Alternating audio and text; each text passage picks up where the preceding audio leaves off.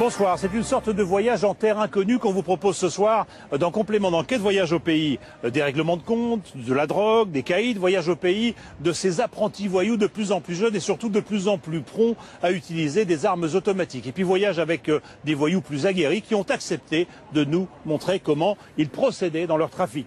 Nous serons de leur côté, nous serons du côté des policiers pour essayer de comprendre ce milieu, ses évolutions, son mode de fonctionnement, ses codes et aussi pour comprendre les raisons pour lesquelles il est devenu de plus en plus violent. Alors pour commencer cette émission, nous avons choisi de nous installer ici, dans cet endroit mythique. C'est le quai des Grands Augustins, mais c'est surtout le 36 quai des Orfèvres derrière moi, c'est-à-dire le siège de la PJ parisienne. Nous recevrons ce qu'on appelle des beaux mecs. Michel Lepage, c'était l'un des membres du gang de la banlieue sud. Il vient de sortir de prison. Il nous racontera pour la première fois son histoire. Nous recevrons le maire de Sevran qui s'inquiète de la progression du trafic de drogue dans sa cité. Et puis le patron de l'Office central de lutte contre le crime organisé. Caïd, les nouvelles règles du milieu, c'est donc le thème de ce 168e numéro de Complément d'enquête. À Marseille, nous avons passé une semaine avec les flics de l'évêché au cœur des enquêtes entre braquage et assassinat, le quotidien des hommes de la PJ. On peut le qualifier de scène de crime propre parce que, effectivement, on n'a pas des impacts de partout. On peut penser qu'on a affaire à du banditisme avéré qui a l'habitude comme le bon artisan, d'utiliser ses outils avec efficacité. Des policiers confrontés à la guerre des gangs qui déchirent le nouveau milieu marseillais. La personne sur laquelle les enquêteurs vont devoir travailler, c'est un gamin de 17 ans, de 18 ans, de 20 ans. Ça, c'est réellement nouveau. C'est incroyable. Il est magnifique. Avec Karim, nous partirons ensuite pour un voyage à risque au plus près de la mafia des faux monnayeurs. Enquête sur cette filière italienne qui inonde les banlieues françaises de faux billets. Comment opèrent les trafiquants? Quels risques sont-ils prêts à prendre? Le plus dur, c'est de trouver les bons contacts et d'avoir confiance. Parce que tu peux finir dans un fleuve à Milan ou dans du béton. Vous découvrirez comment nous sommes parvenus à infiltrer un authentique réseau de trafiquants et à recueillir les confessions de ces truands. Après les voleurs, les gendarmes. Reportage exceptionnel avec le peloton d'intervention de la gendarmerie nationale. On se dit que ça peut tirer. Bien sûr, bien sûr. C'est pour ça qu'on est là. Go fast, planque et filature. Après des mois d'enquête, vous assisterez en direct à un énorme coup de filet, le démantèlement de tout un réseau de trafic de stupes sur la Côte d'Azur. Ça fait voiture familiale d'aspect. Donc comme vous pouvez le voir, c'est un V6. Donc c'est un véhicule qui peut monter jusqu'à 245 km/h. Enfin, complément d'enquête sur ces règlements de compte à l'arme lourde qui se multiplient entre les gamins des cités. Pourquoi ils avaient une arme? Pour jouer les durs. Enfin, des durs si on veut. Hein. Attendez, au tribunal, ils pleuraient tous, comme des bébés.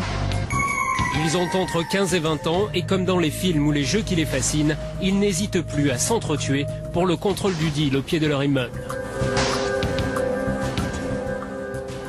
Voilà, on va donc commencer par un reportage de Jérôme Berman dans un instant sur la police judiciaire à Marseille, confrontée à des règlements de compte. Alors, vous êtes avec moi, on ne vous connaît pas, vous appelez Michel Lepage, bonsoir. Vous êtes un ancien du gang de la banlieue sud. Il y en a qui disent que vous étiez le chef, hein? Non, que la police disait que j'étais le chef. La police disait que vous étiez le chef, mais les policiers sont souvent mal informés. Le 36 ici, vous connaissez? Oui, malheureusement, oui. Malheureusement, vous étiez du mauvais côté du bureau, côté voyou. Côté voyou, oui.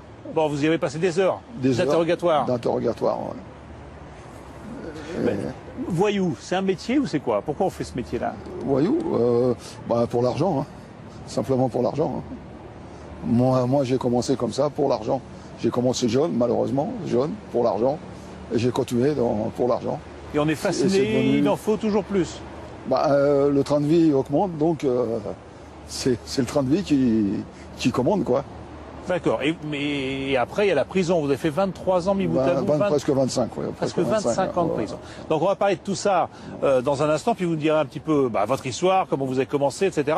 Vous avez écrit un livre, on va en parler, c'est En prison, vous venez de sortir, et c'est la première fois, et merci d'ailleurs de nous accorder cette interview, c'est la première fois que vous parlez de votre histoire à vous. Mais on regarde d'abord ce reportage, il est sur les règlements de compte, alors vous direz comment ça se passe, comment on se fait respecter dans le milieu.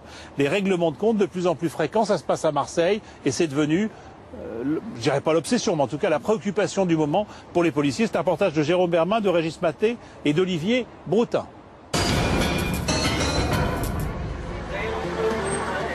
À Marseille, chacun son petit train-train. Celui des touristes et celui de l'évêché à la police judiciaire. C'est grave.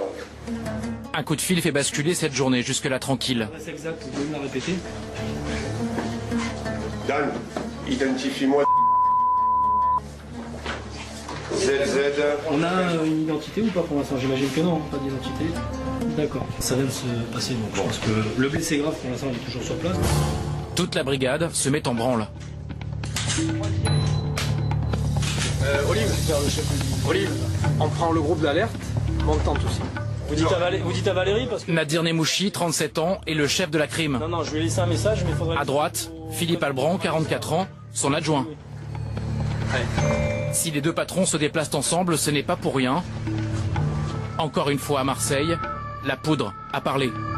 Alors là, on va sur le secteur du 3e arrondissement de Marseille, en périphérie d'une cité qualifiée sensible. D'instinct, ils sentent qu'il s'agit d'un règlement de compte. 15 jours auparavant, un parrain des quartiers nord est tombé. C'est peut-être la revanche.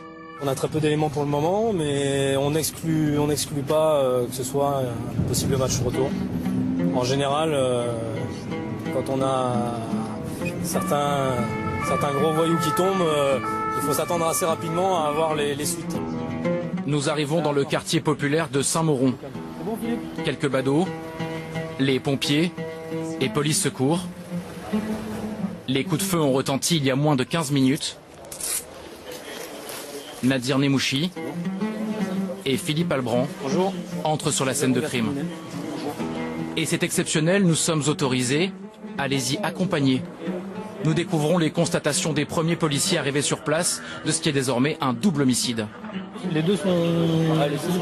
Ok, d'accord. Première chose, parce qu'on était parti sur un blessé grave et un mort. Le premier, ils l'ont pas touché. Celui qui est passager, ils l'ont pas touché, il a la tête explosée.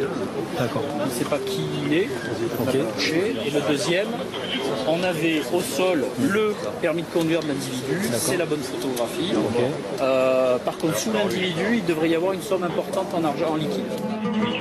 Les caméras et les curieux sont maintenus à une cinquantaine de mètres de la scène de crime. Nous en découvrons peu à peu la sauvagerie.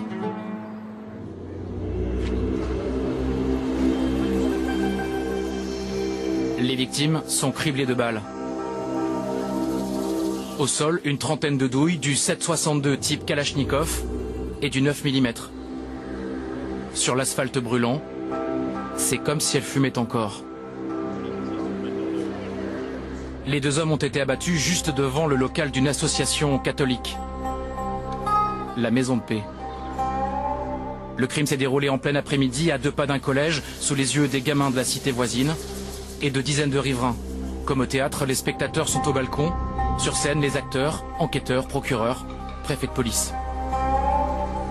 À Marseille, la mort est un spectacle qui fait partie du paysage. Rémi, c'est Philippe. Nadir et Philippe sont déjà à fond dans leur enquête. Est-ce que tu serais en capacité de récupérer un témoin, toi, sur le flingage qu'on vient de prendre? Il arrive à l'évêché. L'un coordonne les témoignages, l'autre l'identification des victimes. Avec son permis de conduire, on l'identifie au dénommé elle. Entre les deux, un balai réglé au millimètre. Pour la récupération du premier témoin, l'expert avec le... Voilà. La mécanique se met en marche. La police scientifique prélève méthodiquement tout ce qu'elle peut. De son côté, la crime procède à l'enquête de voisinage. Pour l'instant, je n'arrive pas à saisir. C'est comment à la calache il le tue comme ça. Est-ce qu'il peut avoir la gueule? Il est passager à l'endroit. Comment est-ce qu'il peut avoir le côté gauche arraché en l'état. En faisant le tour de la scène, grâce à ces bâtonnets orange qui modélisent les angles de tir, le patron de la crime reconstitue le scénario moins de 45 minutes après la tuerie. Donc visiblement, ils sont allés assez proches de leur victime, ils sont allés au contact. Ils ont dû commencer à tirer sur le passager et ensuite le conducteur a essayé de s'échapper et ils l'ont poursuivi, puisqu'on a un muret qui est là, ils l'ont poursuivi pour lui tirer dessus et on retrouve des étuis qui sont disséminés derrière le muret. Les victimes semblaient attendre quelqu'un. Avaient-elles rendez-vous avec leur tueur? Le coup, en tout cas, était bien préparé, une rue tranquille, itinéraire de fuite, pas de vidéosurveillance. Mais il y a un imprévu. Un témoin, après une photo. Alors attends, concrètement, la photo, il l'a dans son appareil. Voilà, le monsieur est là, il l'a dans son appareil. Et on voit très bien que c'est une Audi A3 noire. Et on doit pouvoir voir la plaque. La voiture était sans doute volée, les conducteurs cagoulés. Pour les pister, les enquêteurs doivent se pencher sur les victimes. 24 et 28 ans. Il n'y a pas de divinité, il n'y a pas de rigidité. D'abord identifiés comme de petits dealers, ils se révèlent très vite des truands confirmés. L'un d'entre eux est un Lyonnais fiché au grand banditisme, en fuite depuis 18 mois, un gros trafiquant de drogue. Ce qui explique peut-être cette exécution très professionnelle. C'est ce qu'on appelle parfois dans le métier ou dans le milieu quelque chose de propre, c'est ça? Voilà, c'est une scène, un règlement de compte propre, on peut le qualifier de scène de crime propre parce que effectivement on n'a pas des impacts de partout. On peut penser qu'on a affaire à du banditisme avéré qui a l'habitude de, comme le bon artisan, d'utiliser ses outils avec efficacité. Du travail de pro à Marseille, on en a l'habitude. Le directeur de la PJ est là, lui aussi. Ça hantise que la guerre des gangs ne s'intensifie. En tant que patron de la PJ, quand vous voyez ça, vous pensez quoi? Eh bien, je me dis que la période d'accalmie qu'on avait réussi à provoquer par certaines interpellations en fin d'année dernière, je me dis que cette période d'accalmie est peut-être terminée et je me prends à espérer que non. Voilà. La vie ne vaut parfois pas cher à Marseille. La vie ne vaut pas cher dans leur milieu, pas à Marseille. Je réfuterai toujours cette idée qui consiste à généraliser sur Marseille. La vie ne vaut pas cher dans leur milieu. Après 4 heures de travail minutieux, les traces du crime disparaissent une à une. Philippe et Nadir plient bagages. En partant, ils voient ce qu'ils ont vu 42 fois ces 2 dernières années. Du sang dans le caniveau. Après, un règlement de compte. Trafic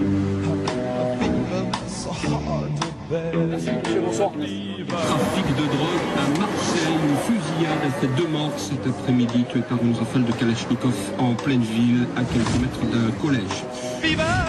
À Marseille, les bandits ont toujours eu la gâchette facile. Mais désormais, c'est la fièvre du flingage. Le grand banditisme historique, corso-marseillais, laisse place à un néo-banditisme, celui des cités, qui prospère grâce au hashish et à la cocaïne.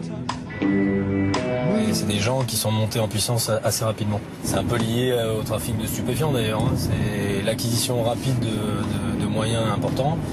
Et on prend du galon, mais, enfin, on essaye de prendre du galon en grillant les étapes.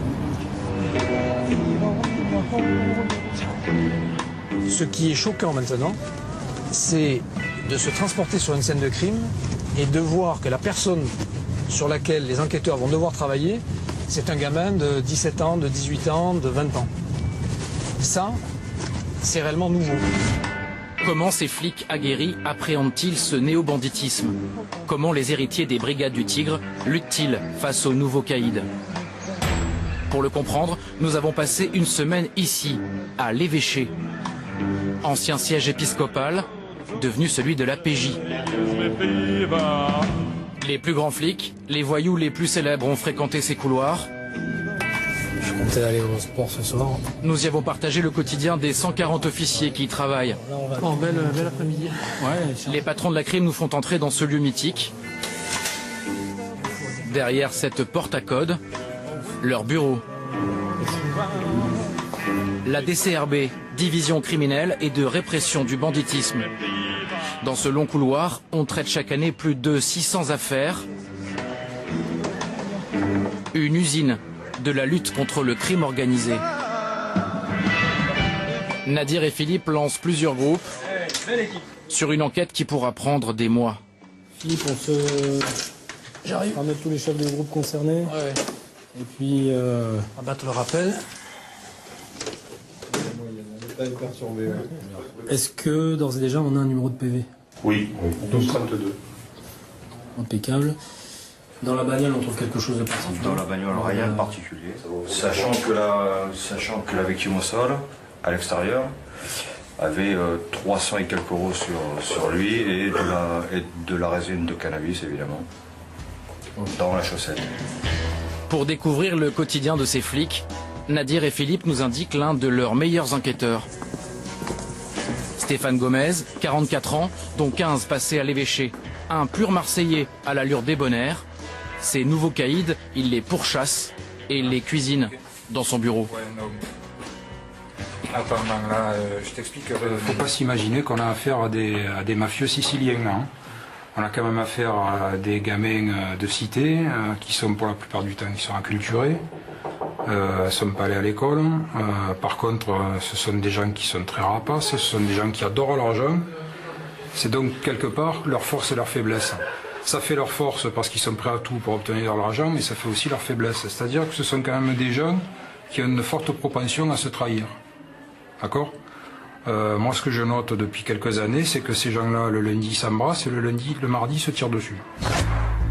Le capitaine Gomez doit se rendre en périphérie de Marseille pour une enquête sur un règlement de compte. En route, il nous décrit cette ville où il a grandi et qu'il connaît par cœur. On va laisser passer les collègues. Non, non, non. La voiture est propre, elle est neuve. Moi, je dirais que c'est une ville pauvre. Il faut savoir qu'à Marseille, la moitié des habitants ne paient pas d'impôts, parce que tout simplement, ils n'ont pas les moyens. Donc, c'est vrai que je me mets à la place du gamin qui grandit dans une cité dégueulasse, qui voit son père, mettons, au bout de 20 ans à l'usine, qui se fait virer, ou qui vit seul avec une mère divorcée. On va lui expliquer qu'il va se lever le matin à 6 h pour aller gagner le SMIC, voire moins. Et à côté de ça, il voit le petit caïd de la cité qui roule en Porsche. C'est compliqué de le motiver pour lui dire « Coco, va travailler hein. ». C'est vraiment compliqué. Hein. Presque indulgent avec les jeunes qui dérapent, il l'est beaucoup moins avec leurs grands frères, ceux qui défouraillent à tout va. En 10 ans à peine, il a vu le milieu basculer. On peut dire que certains d'entre vous à la police de Marseille ici regrettaient l'ancien grand banditisme. La différence avec aujourd'hui, c'est que ces messieurs les hommes, comme ils s'appelaient, ils avaient au moins l'honnêteté, la délicatesse de se régler entre eux et d'éviter tant qu'à faire de tuer les femmes, les enfants et de tirer comme ça dans la rue, comme des abrutis. Son enquête aujourd'hui le mène de pizzeria en pizzeria. Voilà, idéal pizza. Tu vas voir, c'est ouvert ça? Là, c'est ouvert en plus, nickel. Il veut recouper des témoignages. Bonjour monsieur, c'est la police judiciaire. Un renseignement, on enquête sur un truc qui s'est passé à Fos. Il y a un monsieur qui avait été abattu. Je voulais savoir si le 15 janvier... Au fil de l'après-midi, Stéphane nous livrera ses états d'âme. Ah ouais, comment ça? Pendant des années, il a eu face à lui un milieu structuré. Aujourd'hui, il se trouve parfois un peu désemparé. Magnifique. Il y avait une caractéristique chez le voyou marseillais, c'est qu'il avait du mal à s'éloigner de la région, y compris quand il était en cavale, qu'il avait chaud. Que ce soit à cause de nous, à cause de ses ennemis, le gars avait quand même du mal à s'éloigner plus loin qu'Avignon, quoi. Là, avec ces jeunes, les jeunes, ils partent en Espagne, ils partent en Italie, ils partent en Suisse, ils partent en Hollande, dans le nord de la France, en Angleterre, de partout. Ils ont compris que moins on reste longtemps à un endroit, moins on a de chances de se faire attraper. Donc ça rajoute une difficulté supplémentaire. Ces nouveaux bandits sans attache ont accès à des armes de plus en plus puissantes. Ce matin-là, nous allons en avoir la preuve. Nous fonçons vers la Ciotat, à 20 km de Marseille, où tout un quartier vient d'être brutalement réveillé. La cible, un distributeur de billets du bord de mer. Totalement éventrés, des éclats ont volé sur des dizaines de mètres. Spectaculaire mais mal maîtrisé. Les brigands ont tout détruit, mais ne sont pas parvenus à ouvrir le coffre. À l'intérieur, il y avait 130 000 €. Leur retrait n'a donc pas été effectué. L'homme de l'APJ sur place, c'est Serge de César, de la brigade de répression du banditisme. Je pense que là, il y avait un cache. Ces dernières semaines, les attaques comme celle-ci ont explosé. Il ne lui faut que quelques minutes pour tout comprendre. De ce qu'on peut savoir, ça s'est passé vers 6h50. A priori, donc, les gars ont pris leurs précautions suite à la première explosion d'entrer dans le local. Ils ont refermé derrière eux la porte. Ils ont fait sauter et suite à la deuxième explosion, la porte a été projetée à une quinzaine de mètres, quinzaine de mètres de là. Voilà.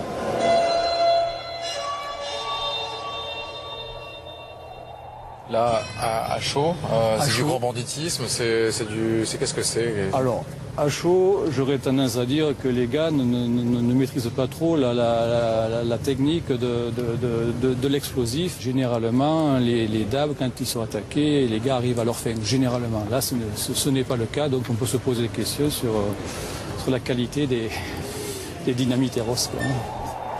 Des amateurs, certes, mais équipés tout de même de peintrites. Un explosif militaire. Aux policiers, ils n'ont laissé qu'une voiture, incendiée, pour éliminer leurs traces. Hors caméra, Serge se montre plus inquiet avec son patron au téléphone. Oui, exact. Juste un petit point. Donc, on n'a pas de vidéo sur l'agence bancaire. Hein. Et là, ils commencent à taper fort les mecs. Là, hein. Il faut les neutraliser, quoi. Neutraliser ces équipes, les flics de l'évêché y arrivent parfois. Un bon coup de Mistral dans le ciel du banditisme marseillais. Car la brigade criminelle prépare un coup de filet. Elle vient d'arrêter un suspect, encore une affaire de règlement de compte, vieille de 18 mois. Le lendemain, ce sont les tueurs et leurs complices qui doivent tomber. Tout va se dérouler en simultané, au petit matin. 5h30, Oui, ça va. début d'une longue journée. Comme un type qui se lève à 4h07. Avec Stéphane, Nadir, Philippe et 3 enquêteurs, On y va. nous prenons la direction d'Herbel, à l'est de la ville. Bon, la cité, c'est celle-là. Voilà. Une cité très sensible. Avec les 4 tours principales. 6h du matin, c'est l'heure légale d'interpellation. On est en train d'entrer dans la... C'est l'entrée de la cité. En l'espèce, c'est aussi une stratégie. Voilà, ce qu'on fait là avec un effectif très léger de nuit, de moins de 10 personnes, ne serait pas réalisable de jour. Et les situations qui seraient anodines ailleurs, ici, peuvent dégénérer assez vite. Leur arrivée se fait donc sur la pointe des pieds. La veille, Stéphane est venu repérer les lieux. Leur objectif est un homme d'une vingtaine d'années. La police a retrouvé son ADN sur l'une des balles du règlement de compte. Il vit encore chez ses parents. Bonjour monsieur Jean, la police judiciaire. Monsieur...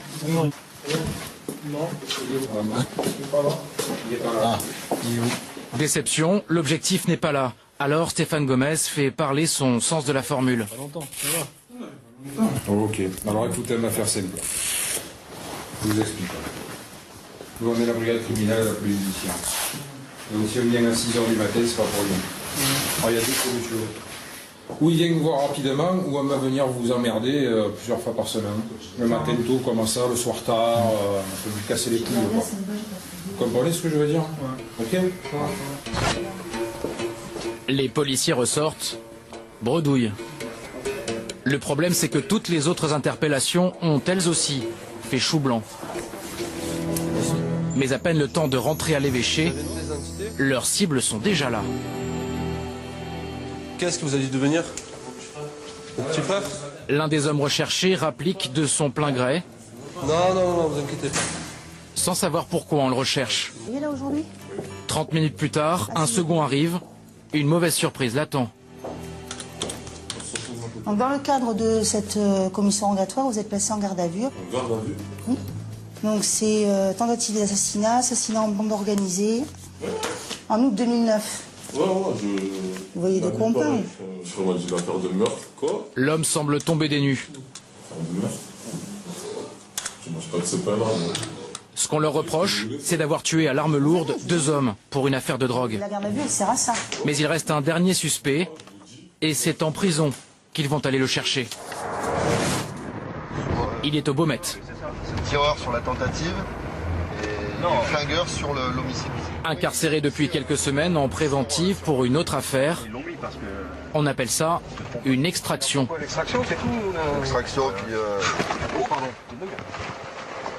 Nous accompagnons 3 enquêteurs en caméra cachée, car dans quelques instants... Bonjour, pareil, une extraction. Nous serons assis à côté du tueur présumé. Le voici, un jeune homme qui a déjà un beau pédigré dans le milieu. Son regard est glaçant, reptilien. Les policiers pensent qu'il est impliqué dans une dizaine de meurtres. Entre flics et flingueurs, on fait le point sur l'actualité, les derniers règlements de compte. Saïd. C'est tir. Et il y a eu l'autre, on peut le farfelu, là. Ouais, non. 22 mois, il y en a eu. Ah oui, hein. Tu connaissais, mec? Non. Impassible, l'homme semble presque détendu. Il encourt pourtant la perpétuité. Pendant 3 jours, les suspects font l'aller-retour entre geôle et audition. Ils ne lâchent rien, mais les enquêteurs ont rassemblé suffisamment d'éléments. On a combien de présentations là, Philippe? Sur les 3 présentations, on a eu 3 mises en examen et 3 écrous. Les règlements de compte occupent une grande partie du travail de ces policiers.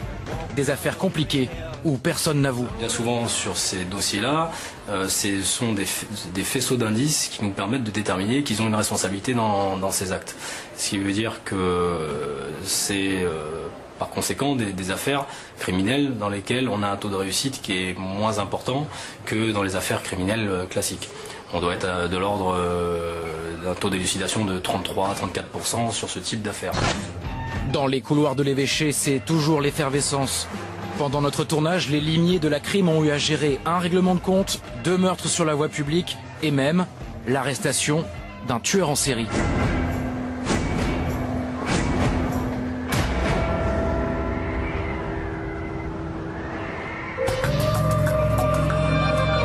Voilà pour ce reportage à la PJ de Marseille. Nous sommes ici avec vous, commissaire divisionnaire Franck Douchy. Vous êtes le patron de l'Office central de lutte contre le crime organisé. Vous chapeautez en fait tout le crime, si je puis dire, en tout cas pour sa répression en France. Alors, on est là dans un parking. Ça, c'est un choix qu'on a fait nous, hein, un petit peu cinématographique. On voulait effectivement évoquer cette ambiance de polar qu'il peut y avoir quand on s'occupe des voyous. Je ne sais pas si ça se passe souvent dans les parkings, vos affaires.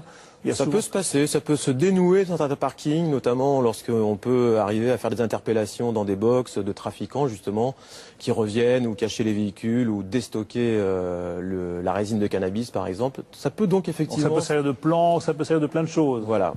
Alors, je vais redonner 2-3 chiffres et vous allez me dire un petit peu votre sentiment sur cette criminalité qu'on voit à l'œuvre à Marseille, mais qui est assez emblématique de ce qui se passe partout en France. Des chiffres qui sont extraits de l'Observatoire national de la délinquance sur notamment la violence. Les vols avec violence ont augmenté ces 12 derniers mois de 6%, les règlements de compte de 2% et les cambriolages dans les résidences principales de 11%. Ça, c'est des chiffres pour dire un petit peu qu'une ambiance des choses. Mais ces règlements de compte qu'on vient de voir comme ça, avec cette sauvagerie, cette violence, etc., on se dit à la fois ça a toujours existé, puis en même temps, est-ce qu'on n'est pas dans un nouveau type de règlement de compte ou d'escalade? Nouveau type, non, parce que pour régler son compte à quelqu'un, il n'y a pas 36 façons de le faire. Ce qui change peut-être, c'est la nature des individus, le type d'individu qui commet ces agressions-là, et peut-être leur manque de respect de certaines choses qui tenaient à nos anciens, si vous voulez, quoi. Donc même nous encore, nous sommes surpris sur quelques récentes affaires. Hein. En Corse, une femme qui a été abattue, à Sevran, un jeune qui a été abattu devant sa famille froidement, et surtout... À Villepinte, voilà. Et en partie sur Marseille, qui connaît quand même quelques règlements de compte, comme on a pu le voir dans le reportage, cette sauvagerie.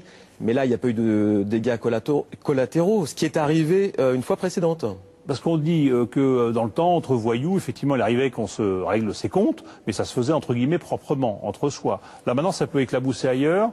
On peut s'en prendre éventuellement aux familles, on peut s'en prendre éventuellement à des jeunes. Par manque de professionnalisme, par précipitation, par l'utilisation d'armes lourdes et automatiques, on peut tuer des collatéraux, on peut faire n'importe quoi et voir des situations dégénérer au-delà de ce que les malfaiteurs recherchaient. D'accord. Mais donc ça veut dire quoi? Ça veut dire que le milieu, le milieu, où cette délinquance-là, cette criminalité-là, elle est tenue par qui aujourd'hui? Par des gens qui sont plus jeunes, qui sont plus inexpérimentés, qui viennent d'autres milieux? Je crois qu'ils sont plus jeunes, effectivement. Ils sont arrivés plus jeunes à des niveaux de criminalité qui n'étaient pas le cas avant. Et donc, on a tous les travers qui vont peut-être avec la jeunesse, la fougue, l'imprécision, la précipitation, et peut-être cette envie d'avoir tout de suite des résultats, si vous voulez. Alors, je disais que vous étiez le patron de l'Office central de lutte contre le crime organisé. On va recevoir tout à l'heure Michel Lepage, je crois que j'ai vu un petit peu, mais on va parler, bon, c'était l'un des patrons, en tout cas des membres du gang de la banlieue sud, un beau mec, comme on disait dans le temps. Je ne sais pas si vous avez eu affaire à lui, ou en tout cas à son gang, quand vous étiez plus sur le terrain. Tout jeune, j'ai commencé à travailler sur lui, sur son fils aussi, qui a été abattu d'ailleurs, entre-temps. Oui, on connaît très bien la famille Lepage. Elle a fait endurer à la PJ Versailles de longues planques, de longues surveillances. Bon, mais un milieu comme ça, est-ce qu'effectivement il est un peu mythique? Est-ce qu'il a des codes, un honneur, des pratiques qui sont différentes du milieu d'aujourd'hui? Oui, on va dire qu'il était plus structuré, plus figé. D'ailleurs, pour nous, c'était un petit peu plus facile parce qu'il était plus identifié, en fait. Voilà. Bon, le code de l'honneur, moi, j'en pense pas grand-chose parce que je pense que dès qu'il y a de l'argent à faire, ces individus vont le faire. Michel Lepage a été interpellé quand même pour une affaire d'héroïne, faut pas l'oublier, même s'ils s'en vendent pas. Mais les choses étaient peut-être pas prévisibles, mais c'était moins débordant qu'aujourd'hui, quoi. C'était moins fou qu'aujourd'hui. Aujourd'hui, c'est fou. Oui, tout s'est accéléré hyper vite. On a quand même ce sentiment-là que les plus jeunes utilisent toutes les facilités des moyens de communication d'aujourd'hui. Ils n'hésitent pas à mettre de la distance entre nous et eux. Ils n'hésitent pas à faire feu de tout bois. Oui, ils utilisent tous les moyens qu'ils ont. Et de toutes armes aussi. Et de toutes armes, effectivement. Bon, vous savez, après la guerre, les malfaiteurs ont utilisé les stocks de l'armée américaine, donc on avait quand même des armes automatiques qui représentaient à l'époque ce qui se faisait de mieux. Aujourd'hui, on a des armes type Kalachnikov qui sont quand même relativement plus meurtrières que nos vieilles Sten, si vous voulez. Donc tout s'accélère, tout va plus vite, mais comme dans toute société. Tout monte d'un cran. Et la drogue aujourd'hui, ça reste ce qui innerve tout ça et qui nourrit tous les trafics, qui nourrit tous tous les trafics, mais la grande partie de la délinquance est issue du trafic du stupéfiant. Oui, ça c'est clair. L'emploi des armes, vous en servez pour braquer, mais on voit aussi maintenant des armes qui sont utilisées dans le cadre des règlements de compte. Or, ce qu'on a vu sur le reportage sur les règlements de compte, notamment à Marseille, vous avez compris qu'ils étaient tous issus d'un litige qui ressortait du trafic de stupéfiants. Entre soi et entre bandes, qu'effectivement, parce qu'on a la question, avec l'autre. Très sincèrement, en termes d'analyse, la question se pose. Soit c'est parce qu'il y a encore beaucoup de concurrence, d'accord? Il faut éliminer. Voilà. Soit c'est parce que le marché est presque saturé, donc il faut là aussi se faire sa place, quoi. Ça devient de plus en plus dur pour eux aussi. Alors, merci beaucoup, commissaire. On va partir faire un voyage avec un malfaiteur, justement. Et là, on s'est fait un petit peu peur, pour tout vous dire, parce que, je ne sais pas si vous le savez, enfin vous le savez, mais il faut savoir que la France est le premier pays en matière de trafic de faux billets, de fausses monnaies, et que cette fausse monnaie vient, pour l'essentiel, de l'Italie. Eh bien, Romain Verlet et Héloïse Mallet, essentiellement, pour un sujet qui est monté aussi par Vincent Buchet, eh bien, se sont amusés, si je puis dire, avec un authentique voyou de la région parisienne, à aller jusqu'en Italie. Il a accepté de leur montrer comment ça se passait quand on allait se fournir en faux billets. Donc on l'a fait, on a suivi, on s'est fait peur, je disais, mais vous allez voir, le reportage est étonnant. Reportage long de Romain Verlet et d'Héloïse Mallet.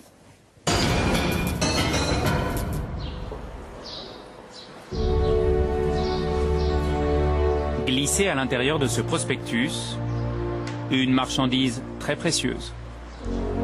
2 faux billets de très bonne qualité que nous rapportons de l'étranger.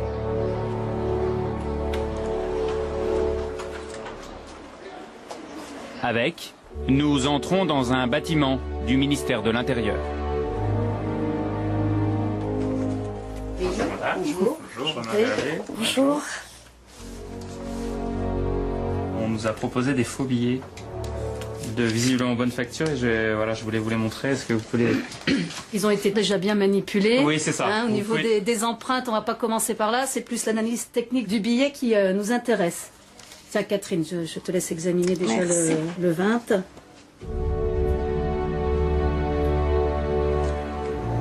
Ces fausses coupures sont examinées par les expertes de la fausse monnaie en France. Et au premier coup d'œil, elles sèment le trouble tant l'imitation est parfaite. Je crois qu'il y a un piège dans ce billet. Pourquoi il y a un piège? Je ne sais pas. Léger malaise pour ces spécialistes. Oui, je pense. C'est quoi le piège? Je ne sais pas. Je vous assure que c'est un faux. Hein. Hésitation car la coupure est très bien imitée. Le 20 € est le billet le plus contrefait. C'est celui qui passe le mieux chez les commerçants. Et même sur la table lumineuse, on a du mal à distinguer le vrai en bas, du faux au-dessus. Ce qui est pas mal fait sur ce billet, c'est ce qu'on appelle le filigrane, qui est donc le monument qu'on retrouve donc en ombré. Donc on voit que les faussaires ont quand même travaillé les finitions. Autopsie de ce faux billet. Tout est copié. La bande argentée, le fil de sécurité, la couleur, le vernis et même le bruit. Après une demi-heure d'analyse, pas de doute pour ces policiers, c'est du travail de professionnel, pas de la photocopie couleur. Écoute, a priori, d'après ce que je vois, il pourrait bien s'agir d'une contrefaçon offset. Hein. C'est une contrefaçon italienne. Offset, ça veut dire quoi, madame? Donc, l'offset, c'est une production industrielle. C'est une production qui est faite en grande quantité sur des machines donc d'imprimerie, telles qu'on peut l'utiliser en matière de presse pour réaliser les journaux. Donc on peut imaginer la journée, on fait des journaux et la nuit, on fait des faux billets sur la même imprimante. Absolument. Sur la même... Ça pourrait être le cas. La fabrication de fausses monnaies est considérée comme un crime contre l'État. Les peines sont lourdes, jusqu'à 30 ans de prison. Nous allons vous révéler comment nous nous sommes procurés ces contrefaçons. Où et comment sont fabriqués ces faux, presque parfaits. Voyage à risque en Italie, au plus près de la mafia. 4 jours en caméra cachée, à la rencontre de trafiquants puissants et dangereux. Des faussaires liés au grand banditisme qui inondent la France de leurs faux billets.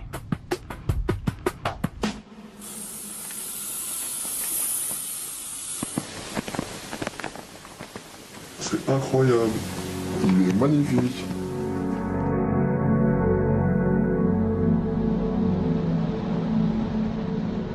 Quelques jours plus tôt, nous roulons depuis 6 heures direction la région de Milan. Nous ne partons pas seuls pour cette enquête en Italie. Impossible d'approcher ces trafiquants sans un homme de confiance. Un Français nous accompagne, il connaît très bien la filière. Il souhaite rester anonyme, nous l'appellerons Karim. Ce trajet, tu l'as fait combien de fois? Plein de fois, mais pour plein de causes différentes. Et qu'est-ce que tu as déjà ramené d'Italie? J'ai ramené un peu de tout.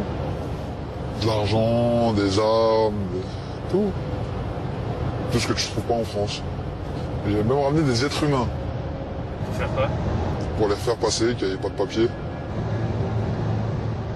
Pas encore 30 ans, et déjà un éloquent CV de voyou. Vol de marchandises, trafic en tout genre, braquage, et plusieurs séjours en prison. Ouais, et à la douane. Si on le fait passer. Ah ouais, ils sont cool là, c'est au retour, hein, ça va se compliquer. Bienvenue en Italie. À partir de maintenant, personne ne doit savoir que nous sommes des journalistes. Nous rangeons notre caméra de télévision.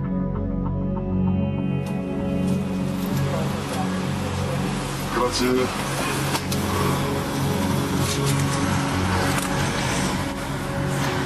Arrivez-vous là? Impossible de pénétrer cette mafia italienne sans jouer un rôle. Karim nous a imposé un scénario. Il joue l'intermédiaire pour des nouveaux dans le business. La caméraman et moi, nous nous faisons passer pour un couple de riches parisiens. Et nous cherchons 1 million d'euros en faux billets. Et c'est avec de vrais trafiquants que nous allons négocier.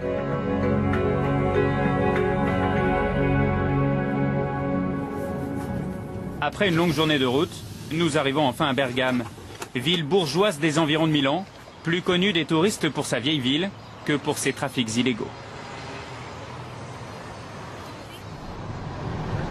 Karim connaît Bergame comme sa poche. Il y est venu des dizaines de fois pour faire des affaires avec le milieu.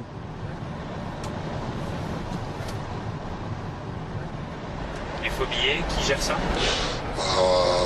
C'est la mafia carrément qui gère ça. Et toi, ils te connaissent? Moi je connais des petites mains. On va passer par des petites mains et on va essayer de finir dans des grosses mains. Le plus dur c'est de trouver les bons contacts et d'avoir confiance. Parce que tu peux finir dans un fleuve à Milan ou dans du béton. une mafia puissante et dangereuse. Karim connaît les bonnes adresses, les bonnes personnes. Là, on rentre dans la rue de tous les trafics. Comme les faux billets, le shit, les vêtements tombés dans le camion, la coke. La rue où il y a un commissariat. La rue où il y a un commissariat. Oh, il est là mon pote. Incroyable. Karim reconnaît quelqu'un avec qui il a déjà fait du business. L'homme nous surprend. Il monte dans notre voiture. Bonjour. C'est un trafiquant connu à Bergame. Nous l'appellerons Saïd. Karim lui explique en arabe que nous sommes associés et que nous cherchons des faux billets. Whisky, la coupure 20 euros, 50, 50, 100. 50, 100. Il n'y a pas de 20? Il n'y a pas 20? Non, il n'y a pas 20. 20 ملاح. 20 ملاح ما تقدش تدبر 20. نشوف هو يصنع لك هو انت اللي دوموندي يصنعهم لك. ولا يدير. Qu'est-ce qu'il dit? Ce qu'on lui demande, il nous le fait. Et bonne qualité, 20-10? 20-10 qualité ملاح. C'est bien. Il promet de la qualité, un travail à la commande, tout est imprimé sur place, pas de stock, trop dangereux. Ça a l'air simple, on s'attend déjà à voir la mallette de faux billets, mais le faussaire va nous tendre un piège en nous proposant une coupure qui n'existe pas. C'est un très très magnifique les billets 1000 euros. 1000? Tu as besoin? Mais non. Ça ne pas, jamais. Non, il est là ici. 1000 Il n'y a pas nous donne. Non, promis, non. C'est pas possible. Le billet de 1000 n'a jamais eu cours. Le trafiquant se méfie de nous. Il nous teste et ce n'est que le début. L'homme accepte de nous montrer un 50 euros. Mais avant, il va falloir rouler 1 heure. Sortir de la ville. Passer 4 fois au même endroit. Histoire de vérifier que l'on n'est pas suivi. On arrive finalement sur la place d'un petit village. On se gare. En ce dimanche, tout est désert. Karim et le faussaire descendent. Ils vont discuter à la terrasse d'un café. Nous devons rester sur la banquette arrière et on n'est pas très rassurés.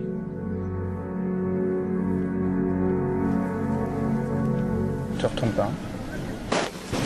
Les gamins, ils ont pris la plaque de la voiture. Effectivement, on est observé à la loupe. La tension monte d'un cran. Le village semble être contrôlé par la mafia. Une dizaine de personnes passent autour de notre voiture. Karim revient nous décrire la situation. Vous savez, ils nous ont envoyé le petit jeune qui était sur le côté, et t'as le black qui a fait le tour de la place, qui s'est touché le nez. Ça a fait plein de codes, ça a fait plein de techniques pour voir si... Moi perso, j'aurais été tout seul, ça aurait été direct, tu vois. Une autre gueule. Une gueule française, ils voient un beau mec de Paris, avec une vermine comme moi, ils comprennent pas, tu vois. Dans la région, il y a eu d'importantes saisies de faux billets ces dernières semaines. Alors les trafiquants sont sur leur garde. Ils nous demandent, à notre tour, de sortir de la voiture quelques instants. Sans doute, pour vérifier que nous ne portons pas d'armes, que nous ne sommes pas des policiers en civil. Après 2 heures d'observation, Karim revient enfin avec un échantillon. Oh merde. Qu'est-ce que t'en penses? Bof, hein? Ah, tu vois. Il sera mort. Tu vois, il y a le filigrane, même pas, s'il est là. Donc c'est pas terrible? Ouais, il est pas terrible, celui-là. Ça, c'est la deuxième chose. Toutes ces précautions pour nous proposer une vulgaire contrefaçon. C'est la technique classique des trafiquants avec les débutants. Ils essayent de vendre à prix fort des produits de mauvaise qualité. Fin de notre journée, retour à l'hôtel avec Karim. Il est furieux. Il a demandé aux trafiquants de nous présenter demain du premier choix. Les faux monnayeurs italiens sont reconnus comme les meilleurs dans ce secteur technique et très lucratif. La fausse monnaie, quand elle est bien faite, c'est vraiment des gros sous. Mais c'est un marché, c'est un business qu'il faut de l'argent pour le faire, parce qu'une machine, elle n'est pas donnée. Et le papier non plus, il n'est pas donné. Voilà, là, on peut vraiment parler de mafia. Donc il faut avoir de l'argent pour faire de l'argent. C'est un trafic qui a un peu changé, c'est-à-dire qu'avant, il y avait plein de petites mains. Avant ça les imprimait sur des petites machines HP et tout. Aujourd'hui, les mecs, ils ont été investir des grosses machines. Il y en a même qui en ont fait construire en Thaïlande ou en Chine, des machines. Mais les machines les meilleures, c'est ceux qui viennent des bracos. Ceux qui ont été volés dans des banques ou dans des vraies imprimeries. Et c'est le lendemain que nous allons rencontrer d'autres membres de cette industrie mafieuse. Ils vont nous montrer de la marchandise de très bonne qualité. Et une nouvelle fois, cela va être très compliqué. Bonjour.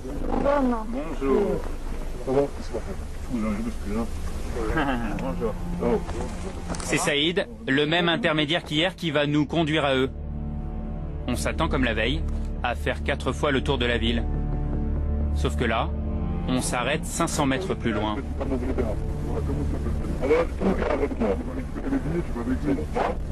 Il demande à ma consoeur de descendre, de le suivre seul.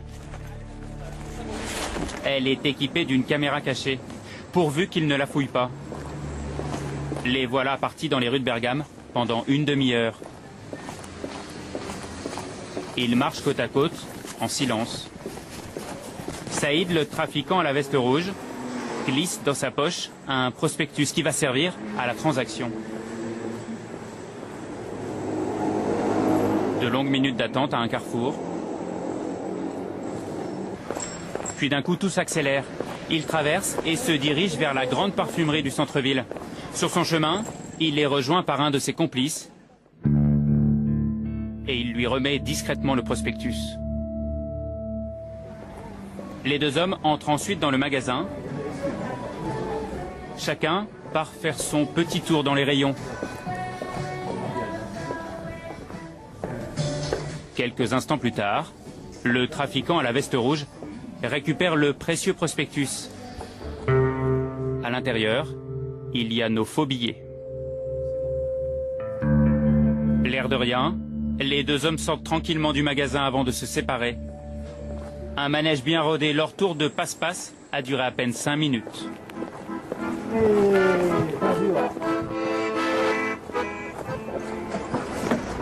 À partir de maintenant, on nous laisse un quart d'heure pour nous décider. Dans le prospectus, en fait, ce sont des échantillons. S'ils nous plaisent, on donne notre feu vert et les faussaires lancent l'impression. Il leur faut 24 heures pour fabriquer 100 000 € en faux billets. Nous montons rapidement dans notre chambre d'hôtel, examiner la marchandise.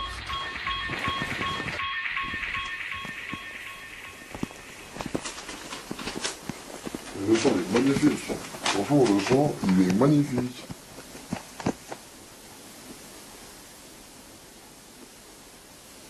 C'est incroyable.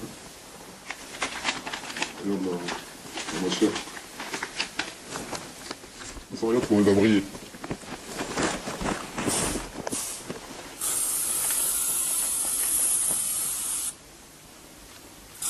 Alors pourquoi un coup de lac? Pour le faire briller, pour qu'il claque.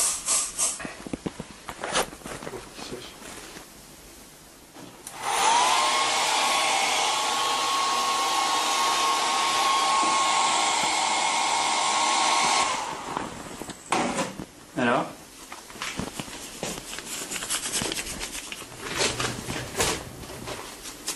Comment la différence? On voit quand même la différence.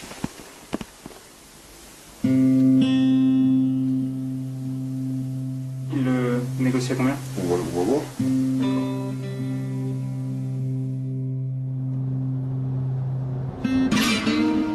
Bien sûr, nous n'avons jamais passé commande.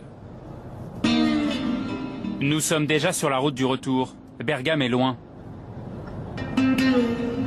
Nous laissons derrière nous la mafia, leur planche à billets et une superbe affaire.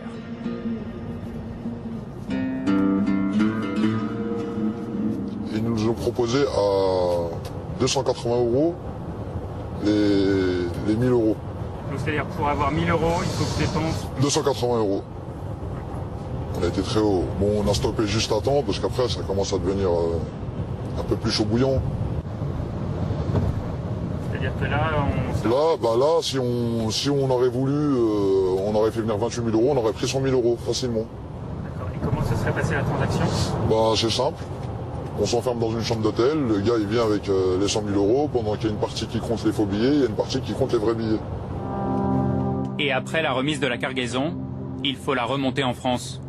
Le plus souvent bien caché dans une voiture, et le passage de la frontière est le moment le plus périlleux.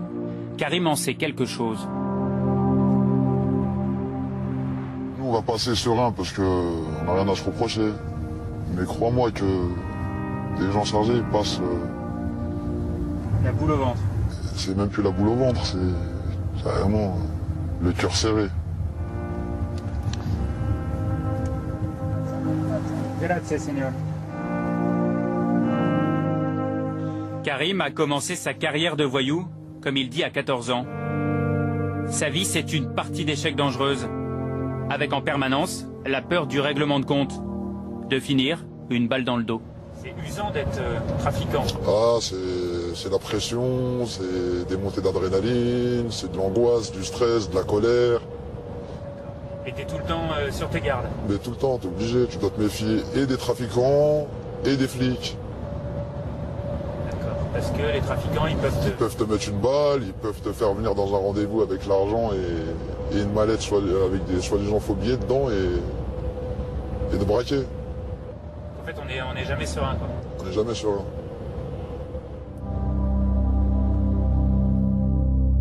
Nous avons vécu 4 jours avec lui, au contact de la pègre. Une expérience angoissante et parfois grisante. Mais Karim, lui, cela fait 15 ans qu'il est dans le métier. Aujourd'hui, il est fatigué de cette vie de truand. En fait, on dit voyou, voyou. Pour moi, voyou, ça veut rien dire. C'est pas un boulot d'être voyou. Comment tu te qualifies, toi? Moi, franchement, je me qualifie comme un lâche. Dans le sens où j'ai préféré aller vers l'argent facile. C'est les gens qui se lèvent à 6 h du matin, peindre à des bâtiments qui sont respectés. C'est ces gens-là qu'il faut respecter. Et c'est ce qu'ils n'arrivent pas à comprendre, les jeunes d'aujourd'hui. Faut qu'ils arrêtent de croire que c'est une vie, c'est pas une vie. Aujourd'hui, c'est quoi ton avenir, là? Comment tu te vois dans 10 ans? Franchement, moi, comment j'aimerais me voir? Franchement, c'est une colle, ça. Hein. Quand on est vraiment imprégné du milieu, c'est-à-dire on se réveille avec une mentalité genre aujourd'hui je casse tout, je prends de l'oseille, aujourd'hui je casse tout, je prends de l'oseille, c'est clair que on diminue notre espérance de vie. À 30 ans, Karim ne donne pas cher de sa vie. Il espère raccrocher, mais il y a toujours la tentation d'un autre coup. Toujours plus gros, toujours plus risqué. Il pense que son avenir est sombre et dit qu'il finira entre les 4 murs d'une cellule ou les 4 planches d'un cercueil. Voilà pour ce reportage étonnant hein, sur ce gangster qui nous a accepté, qui a accepté de nous montrer comment il faisait pour aller chercher de la fausse monnaie en Italie. On s'est fait un petit peu peur. Vous-même, Michel Lepage, vous auriez accepté qu'une caméra vous suive dans vos... Non, pas du tout. Jamais. C'est pas possible. Pas possible. Non. Il ne peut pas y avoir la place pour un petit journaliste. Non. Bon, vous disiez... C'est un danger pour tout le monde. Aussi bien pour moi qui vous aurais accompagné que vous. Oui, c'est possible. Tout est possible. Alors, vous disiez tout à l'heure en commençant l'émission que vous avez commencé très tôt ce métier-là et que c'était la fascination de l'argent qui vous y a entraîné. Vous commencez effectivement à 15-16 ans en volant 15 ans, la caisse de la cantine. De la cantine, oui, exactement. Ouais. C'est pas très joli ça. Non, effectivement, mais bon, j'avais besoin d'argent. Et donc je me suis retrouvé devant cette manne et j'ai pas hésité, quoi, voilà. Dans votre livre hein, que vous avez écrit en prison, que j'ai montré, hein, qui s'appelle donc Ma vie de gangster, banlieue sud, ma vie de gangster, chez Grasset. Je crois qu'il va sortir. Hein. Il va sortir. Il est préfacé par un bon journaliste qui s'appelle Frédéric Ploquin, hein, qui nous a d'ailleurs aiguillé sur vous. Vous racontez ça effectivement comme un métier. Est-ce qu'on a peur dans ce métier-là? Bien sûr qu'on a peur, oui, bien sûr. On a peur de ne pas rentrer le soir chez soi, de se retrouver en prison. Mais nous, on le savait qu'en faisant ça, on pouvait retrouver en prison.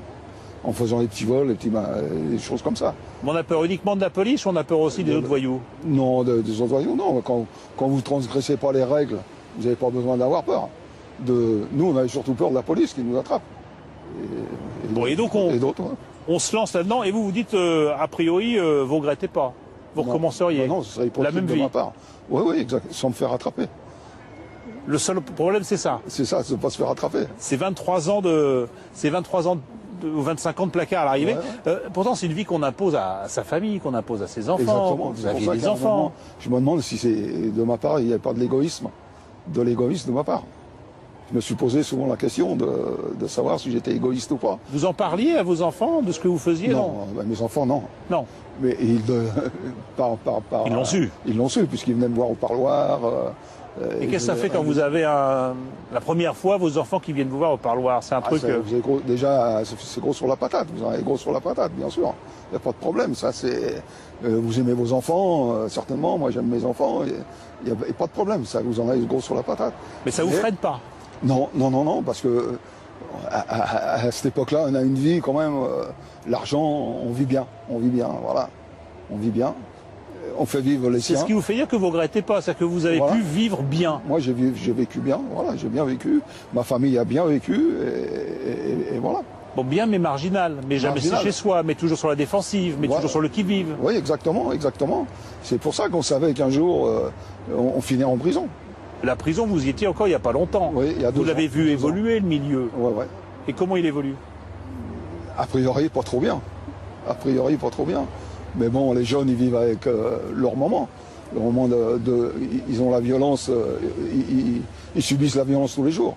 On les a parqués dans les cités, sans rien, pas de travail, rien du tout. Ils arrivent. Bon, tous ne finissent pas comme ça, mais la plupart, ils n'ont pas de travail. Et donc la ressource, comme on veut vivre bien. Et comment ça se passait entre vous, les vieux, en prison, et les jeunes? Des échanges? Non, aucun problème. Donc vous parliez entre vous? Oui, on parlait. Ouais. On essayait de les dissuader de la vie, de la vie de gangster, de voyou. Ah bon? Ah ouais, non. Tout en disant que vous ne regrettez rien et qu'on vit bien. Ah non, mais je regrettais rien. Mais je leur faisais voir que j'avais quand même 20 ou 22 ans de prison derrière moi. Ça, c'est dans les derniers temps. Mais avant aussi. J'ai toujours dissuadé. Moi, il n'y a pas un jeune qu'il faut dire que je l'ai encouragé dans cette voie-là. Qu'est-ce qui fait qu'un jour, est-ce que c'est la tôle qui fait que, à un moment, vous avez envie d'arrêter? Non. La prison ne vous arrête pas. D'abord, on ne vous apprend pas à arrêter en prison. On ne vous apprend pas. Si vous n'avez pas votre famille qui vous attend, si vous n'avez pas une femme qui vous attend, il n'y a rien. La prison, elle ne peut pas vous arrêter. On ne vous apprend rien. Et là, en l'occurrence, c'est une femme. Pas la mère de vos enfants, mais une autre femme. Une femme, qui vous a donné envie d'arrêter. Arrêter, ouais, exactement. Ouais. C'est même pas la mort de votre fils qui vous a donné envie d'arrêter parce qu'il était tué dans un règlement de compte aussi, lui. Non, si j'avais pas... déjà, il s'est fait tuer après que j'avais pris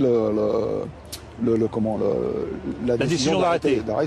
Et vous étiez en prison à ce moment-là, vous l'avez appris en prison? J'ai appris en prison, ouais. J'étais en cours de gestion et on m'a appris la mort de mon fils là. Voilà. Mais vous dites pas, au bout du compte, moi qui suis un peu responsable de tout ça, je lui ai donné le virus du métier, si je puis dire, je l'ai entraîné là-dedans. Je me pose des questions dans le bouquin, on se la pose la question.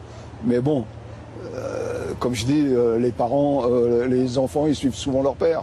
Il y en a qui sont fils de flics, qui finissent fils de flics, moi, et je leur ai pas donné l'exemple. L'argent facile, voilà.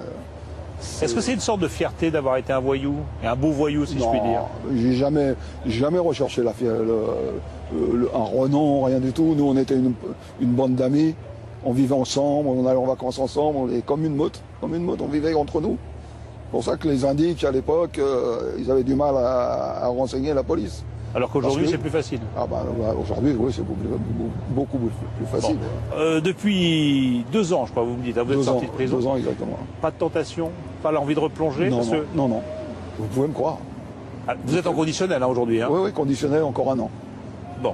Merci beaucoup. Merci de nous avoir raconté ça. Alors, on parle de ces histoires de gangsters, on parle de cette violence, on a parlé de la drogue, vous avez fait, vous avez été condamné pour une histoire de drogue, vous avez touché aussi à la drogue, c'était pas plus sale que ça faisait partie du business, c'était un business comme un autre. Bien sûr que c'est ça, par rapport aux jeunes et tout, mais moi j'étais dans la recherche de l'argent. On est venu, on m'a dit tiens, si tu as de l'argent, tu le places là-dedans, ça te ramène tant. Et c'est ce que j'ai fait. Et ça ramène bien. Ça ramène bien, ouais, malheureusement. On va voir que c'est beaucoup d'argent. On va voir aussi que c'est beaucoup d'énergie de la part des gendarmes. pour démanteler ce genre de réseau. Hein ouais, bien sûr. Bon, là ça se passe du côté de Marseille et c'est Clément Castex, Philippe Maire et Stéphane Pascot qui ont suivi cette opération de gendarmerie. Vous allez voir au début, ils n'ont rien, ils n'obtiennent rien, pourtant ils ont bossé très très longtemps, ça se passe pas du tout comme prévu et puis petit à petit, ça va devenir très intéressant.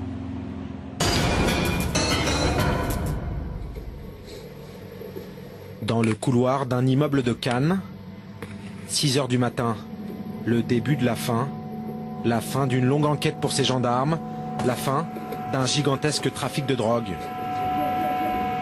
Ce commando s'apprête à défoncer une porte.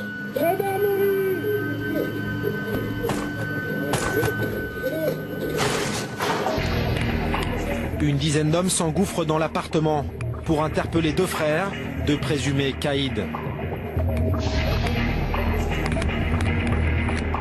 Ce matin, un seul est présent.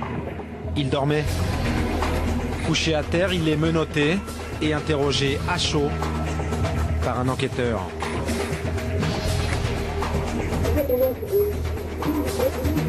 Où est son frère? La question est musclée. C'est que ces 2 garçons appartiendraient à un réseau colossal de trafic de drogue sur la Côte d'Azur, Cannes, quelques jours avant le festival. Nous sommes la veille de l'interpellation, la veille d'une opération majeure pour les gendarmes. Ils comptent mettre la main sur 20 personnes, 20 cibles, qui brassent hashish et cocaïne par tonnes. Briefing du directeur d'enquête, un des chefs de la section de recherche de Marseille. Interdiction de montrer son visage ou celui de certains de ces hommes dont l'apparence ne doit pas être connue du grand banditisme. Cette affaire, c'est plus de 2 ans de travail. Ça démarre le 16 mars 2009. Un individu qu'on va surnommer X se fait tirer dessus et prend une balle 11,43 sur la commune de Mougins. Donc on travaille d'arrache-pied sur l'environnement de cet individu qui confirme son implication dans un réseau structuré d'importation de produits stupéfiants, de sorte la cocaïne depuis Rotterdam et le shit depuis le Maroc via l'Espagne. Des amis, une clique de dealers qui commence à se déchirer pour le contrôle des affaires, à se tirer dessus à l'arme lourde. Toujours est-il qu'on est sur du très dangereux. Donc pour demain matin, on se réunit tous à 5h15 au Bricolant. Près de 300 hommes pour attraper une vingtaine de gangsters. C'est que demain, pour les gendarmes, c'est l'ultime étape d'une enquête complexe. Indique, écoute, filature. Ces dealers, ce sont des tonnes de drogue revendues, des voitures de luxe payées cash et de grosses sommes mises à l'abri ou investies à l'étranger. Ils ont entre 20 et 30 ans, ils sont riches, ils sont méfiants, mais n'ont peur de rien. L'un d'eux a même renversé et tué un policier espagnol avec sa voiture bourrée de drogue avant de fuir.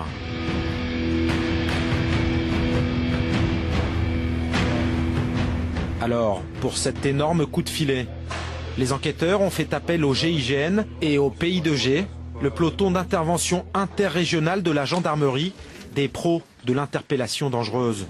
À leur tête, le capitaine Fabien. Quelques heures avant de frapper, il règle les derniers détails. Vous verrez avec les photos qu'on a, ce sont des bons gabarits, des gens qui sont adeptes des salles de sport. Donc voilà, des individus reconnus comme violents et déterminés. Leur cible principale, c'est cet homme, nous l'appellerons Jesse. Il a déjà fait de la prison pour trafic de drogue. Depuis, le voyou a échappé à 2 tentatives de meurtre. Il a 30 ans, un des plus vieux de la bande, une des têtes du réseau. Cette opération s'annonce délicate car Jesse est armé et sur les dents. Il y a 90% de chances qu'il soit là-bas. De l'armement, il y a de fortes chances qu'il en ait. S'il en a, il l'a à proximité. Quelques jours plus tôt, le PI2G a repéré le terrain, pris moult photos. Notre objectif est situé ici. Il est situé dans une résidence où il y a à peu près 4 bâtiments. L'objectif, escalier, 4e étage. 4e étage, on va arriver là-dessus. Fred, c'est cette porte qui grince. Donc il faut bien tirer rapidement pour éviter de faire trop de bruit. Dès qu'on entend du bruit à l'intérieur, même si on n'a pas fini d'installer le rider, on annonce gendarmerie. de façon à ce qu'ils ne nous défouraillent pas à travers la porte. Le risque, c'est qu'ils vous tirent dessus, c'est ça? Voilà, d'où la nécessité d'insister sur le fait que c'est la gendarmerie. C'est quelqu'un qui a évité, qui a fait l'objet de 2 tentatives d'homicide, de règlement de compte. On pourrait penser à une 3e. Le lendemain matin, alors que la ville dort, à la gendarmerie de Cannes, le PI2G s'équipe. Dans le silence, concentré sur sa cible. La journée commence tôt, elle leur réserve beaucoup de surprises. Rien ne va se dérouler comme prévu.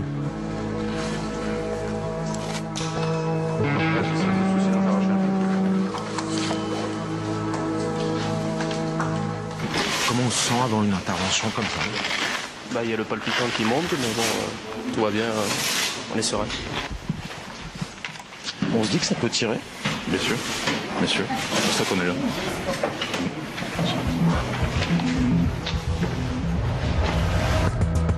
« 5h45, départ pour un quartier périphérique de Cannes, dans une résidence plutôt chic. Voilà 2 ans que Jesse y possède un appartement. Il est censé dormir ici avec sa femme. Il a été vu la veille. Arrivé au 4e étage, silencieux, le commando va mettre en place un vérin hydraulique pour briser la serrure.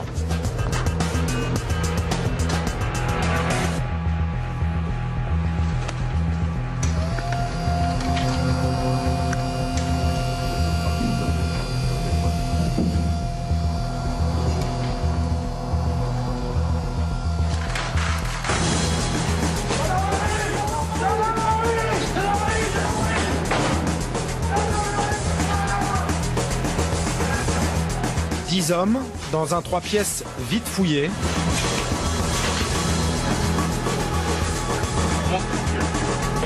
Dans la chambre, il y a Cindy, la compagne, mais personne à ses côtés. Pas de Jesse. C'est bon, c'est bon.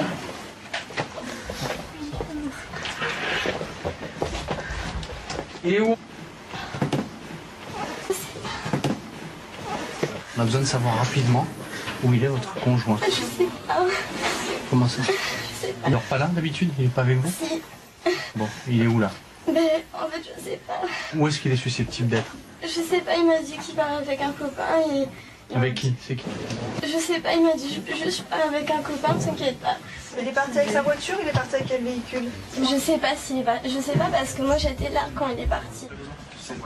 L'homme a quitté le domicile il y a moins d'1 heure, parti sans son portable avec un ami. Pour le capitaine Fabien, c'est un échec. Vous êtes déçu? Oui, bien sûr. Mais bon, c'est pas fini. Ouais, il reste le Steph et la route. Les gendarmes trouveront une arme à feu et le téléphone de Jesse. Cindy, elle, part en garde à vue. Elle va bientôt livrer aux enquêteurs une information capitale. Pour l'unité d'élite, la traque continue. Direction le lieu de travail de Jesse, sa carrosserie. Problème, derrière la grille de Molos qui donne l'alerte. Il faut intervenir vite.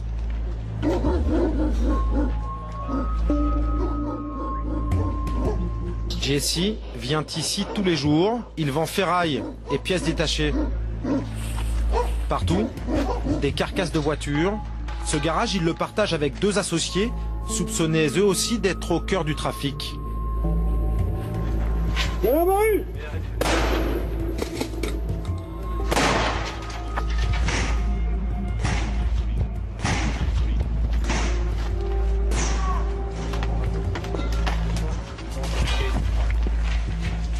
À l'intérieur règne un certain chaos. Pas un bruit.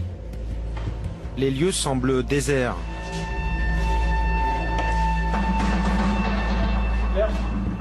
Chaque recoin va être fouillé avec prudence.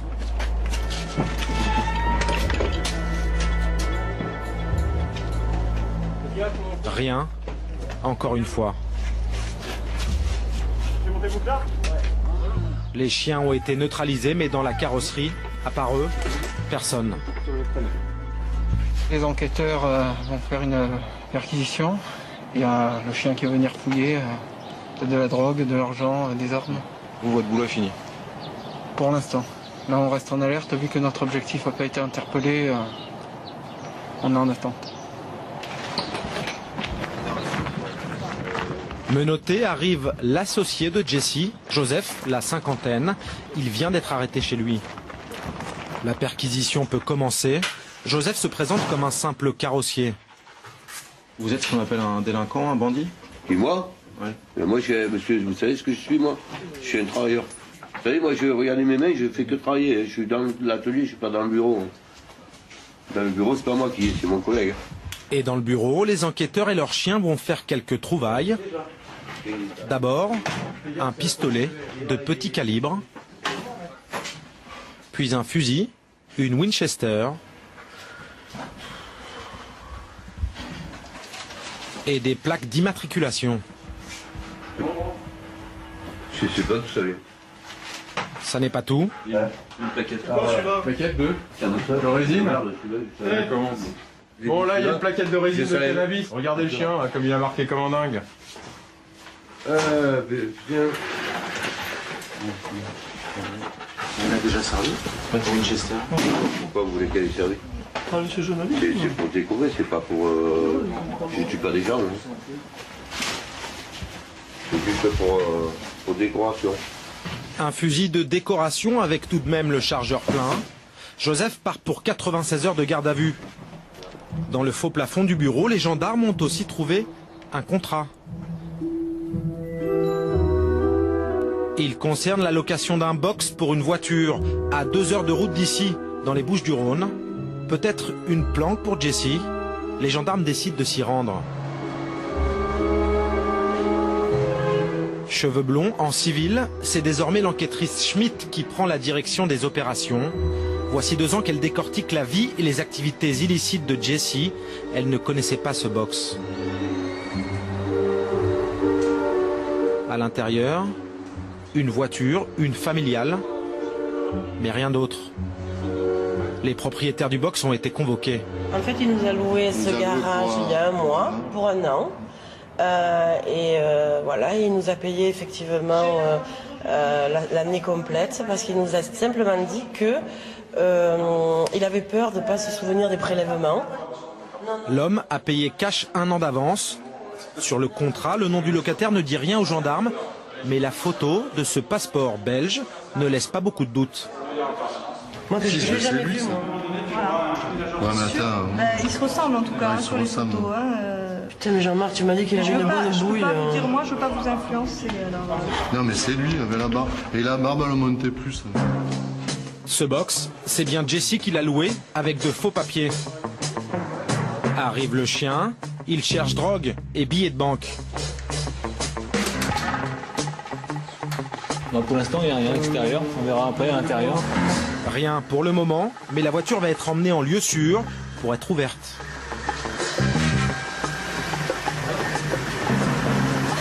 Vous pensez que c'est le jackpot là-dedans ou pas? Non, pour l'instant, on sait rien du tout. Voilà. Pour l'instant, je le sens pas. Voilà. On verra sur place tout à l'heure. L'enquêtrice Schmidt ne le sent pas. Et pourtant, cette berline familiale cache une sacrée surprise. Mais priorité à la traque de Jesse, juste à côté du parking, visite chez son beau-père. Lui aussi est carrossier, il travaille dans ce garage. Il sait peut-être où se cache son gendre. Bonjour. Bonjour, monsieur. C'est la gendarmerie, monsieur. Bonjour. Il est où? Il a Cannes, à sa carrosserie là-bas. Votre fille est en garde à vue. Donc, c'est pas elle qui est intéressante. C'est lui, il est où? Je m'en doute un peu, mais bon. Eh ben ouais. Moi, je lui dis. Philippe Portable. Ça, c'est un ami à moi à Paris, je viens de l'appeler ce matin pour une voiture. De Paris? Voilà, oui. Vous savez pourquoi on recherche votre gendre? Je sais qu'il fait des trucs, il s'est fait tirer dessus, donc il doit pas faire des trucs nickel. Voilà, je vous dis la vérité, voilà. Ben oui, ben monsieur, vous me posez la question, je vous réponds de suite. Vous voyez bien que si on est là, c'est pas pour Si c'est fait tirer dessus, c'est pas pour n'importe quoi non plus. J'ai essayé d'en parler, mais il n'y a pas eu de dialogue, alors voilà. Aucune info. Jesse reste introuvable. Et vous pensez que votre cible sait que vous le cherchez? Non, je pense pas qu'il puisse le savoir là. Parce que les moyens de communication qu'il a ne sont pas ceux qu'il a habituellement et les gens pour le joindre, je pense que ça va être difficile. Mais bon, ça peut être une possibilité. Il est peut-être en fuite? Je pense pas. Je pense pas. Midi, coup de téléphone. Oui, allô? Et bonne nouvelle, en garde à vue, la femme de Jesse vient de livrer un nouveau numéro, celui d'un portable acheté la veille par le garçon. Il l'a sur lui, les gendarmes viennent de le localiser. Il est en route vers le nord. Pourquoi je m'en doutais? Ouais. À quelques jours du festival de Cannes, peut-être la Hollande et sa cocaïne, les enquêteurs décident d'attendre qu'il redescende, sûrement chargé de drogue. En attendant, à la gendarmerie, la voiture du box est fouillée. C'est le chien qui ouvre le bal. Marque derrière. Attiré par l'arrière du véhicule, on lui ouvre le coffre. Dedans, un sac de sport. Il est rempli de cash. Énorme. C'est énorme l'argent qu'il y a là-dedans. La propriétaire du box est soufflée. J'ai jamais vu autant d'argent de ma vie. Vous êtes contente? Oui, c'est toujours une réussite. Disons que ça justifie un petit peu notre travail depuis des mois et probablement ce véhicule était préparé pour les Go Fast. Un Go Fast, un véhicule prêt pour charger et convoyer de la drogue. Habituellement de grosses voitures allemandes, voyantes. Celle-ci a des airs de voiture de monsieur tout le monde, ça n'est pas le cas. Ça fait voiture familiale d'aspect, mais comme vous pouvez le voir, c'est un V6, donc c'est un véhicule qui peut monter jusqu'à 245 km/h. Et à l'intérieur, on voit aussi un siège auto pour enfants. Ça, c'est un leurre également en passant à la frontière. Ça fait voiture familiale, hein. Donc on se dit, c'est une famille qui passe tranquillement. Ça, c'est le réservoir lave-glace. Bon, comme on voit là, il est découpé. Ça peut servir à introduire des bonbonnes de cocaïne ou d'héroïne. L'entrée est petite, mais ça peut contenir jusqu'à 1 kg. Qu'est-ce que c'est ça? Donc c'est 2 téléphones portables, donc conditionnés avec les batteries de rechange. C'est pour pas se faire repérer, essentiellement changer le téléphone régulièrement. Le sac plein de billets va passer entre les mains d'un expert de la gendarmerie.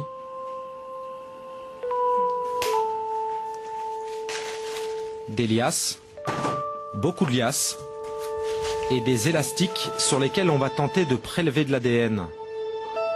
Ensuite, il s'agit de compter l'argent.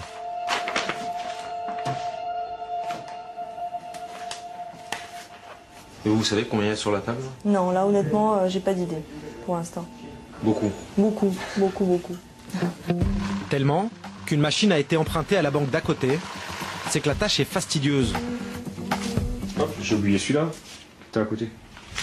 J'ai oublié de 10. Pendant plusieurs heures, compter, recompter, devant témoins, c'est la loi. Là, les propriétaires du box. 25 billets de 20. En attendant le procès où les accusés devront justifier de cette somme en liquide, l'argent va venir créditer un compte de la République. 44 billets de 10. S'il est avéré que cet argent vient du crime, il sera versé à une tirelire commune, police, justice, gendarmerie, des moyens qui serviront à financer la lutte anti-drogue.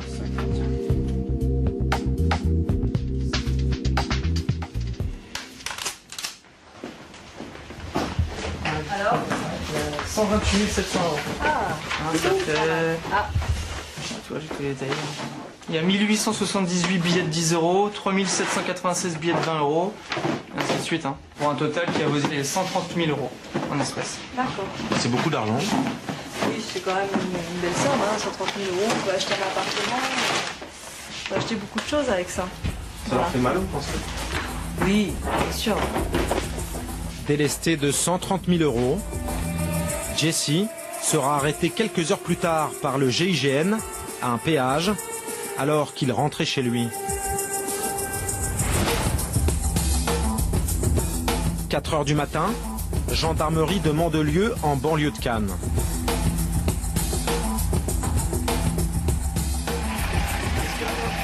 Dans la voiture, il y a qui? Celui qu'on a cherché toute la journée.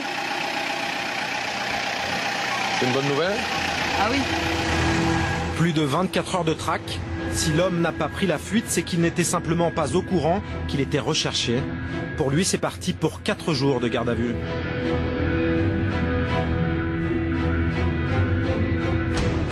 Le lendemain matin, la fouille de la voiture de Jesse n'a rien donné. Elle porte les marques de l'intervention violente du GIGN, vitres brisées, mais à l'intérieur rien, ni produit, ni argent. Ça n'était pas un go fast.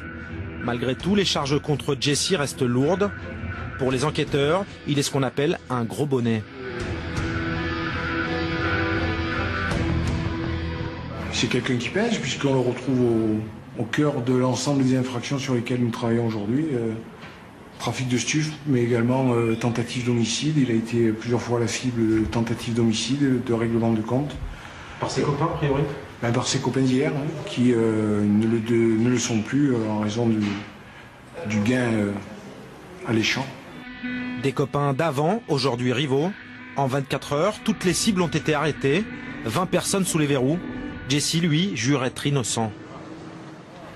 Vous savez pourquoi vous êtes là? Non. Vous vivez de quoi? C'est quoi votre vie? Je suis SDF. On entend parler de trafic de stupéfiants, ça vous concerne? Je sais pas. Ce que Jessie ne sait pas non plus, c'est que les gendarmes viennent de faire une belle prise. Dans un autre box, ils ont trouvé du hashish. Beaucoup. Un box loué au nom de Joseph, l'associé de Jessie au garage. Lui soutient n'être qu'un prête-nom. Tu sais ce que c'est? Je sais ce que c'est pas des plaquettes pour se laver les mains, non? C'est pas du savon. Ces plaques comportent des logos. Vous voyez, là vous trouvez un D, là vous avez un 1. C'est une marque. C'est une marque de fabrique. Comme Lacoste, comme Nike ou n'importe quoi. Ça permet de définir un producteur et la provenance du produit. Il y a combien là? Il y a combien de kilos? En quantité, il y a environ 70 kilos. Ça fait beaucoup d'argent. À la revente, ça représente quoi? Peut-être entre 200 et 250 000 euros. Et ça allait où ça? Dans la rue, ici. Ça allait approvisionner le marché, le bassin cannois en fait. Revendu dans la rue par les dealers. Troisième jour de garde à vue, vous sentez comment? Toi, tout simplement. L'étau se resserre autour de Jessie et ses comparses. Il va être présenté au juge. Vous pensez que vous allez sortir bientôt? On va demander ça au juge. Peut-être demain ou après-demain. Pas sûr. L'homme sourit, mais il risque 30 ans de prison. Au final, cette affaire, c'est un très gros réseau démantelé et des saisies en masse. Des villas, des comptes bancaires, 400 000 euros en liquide, près de 200 kilos de hashish, 5 de cocaïne pure. Sur la Croisette, la fin d'un joli festival de Cam.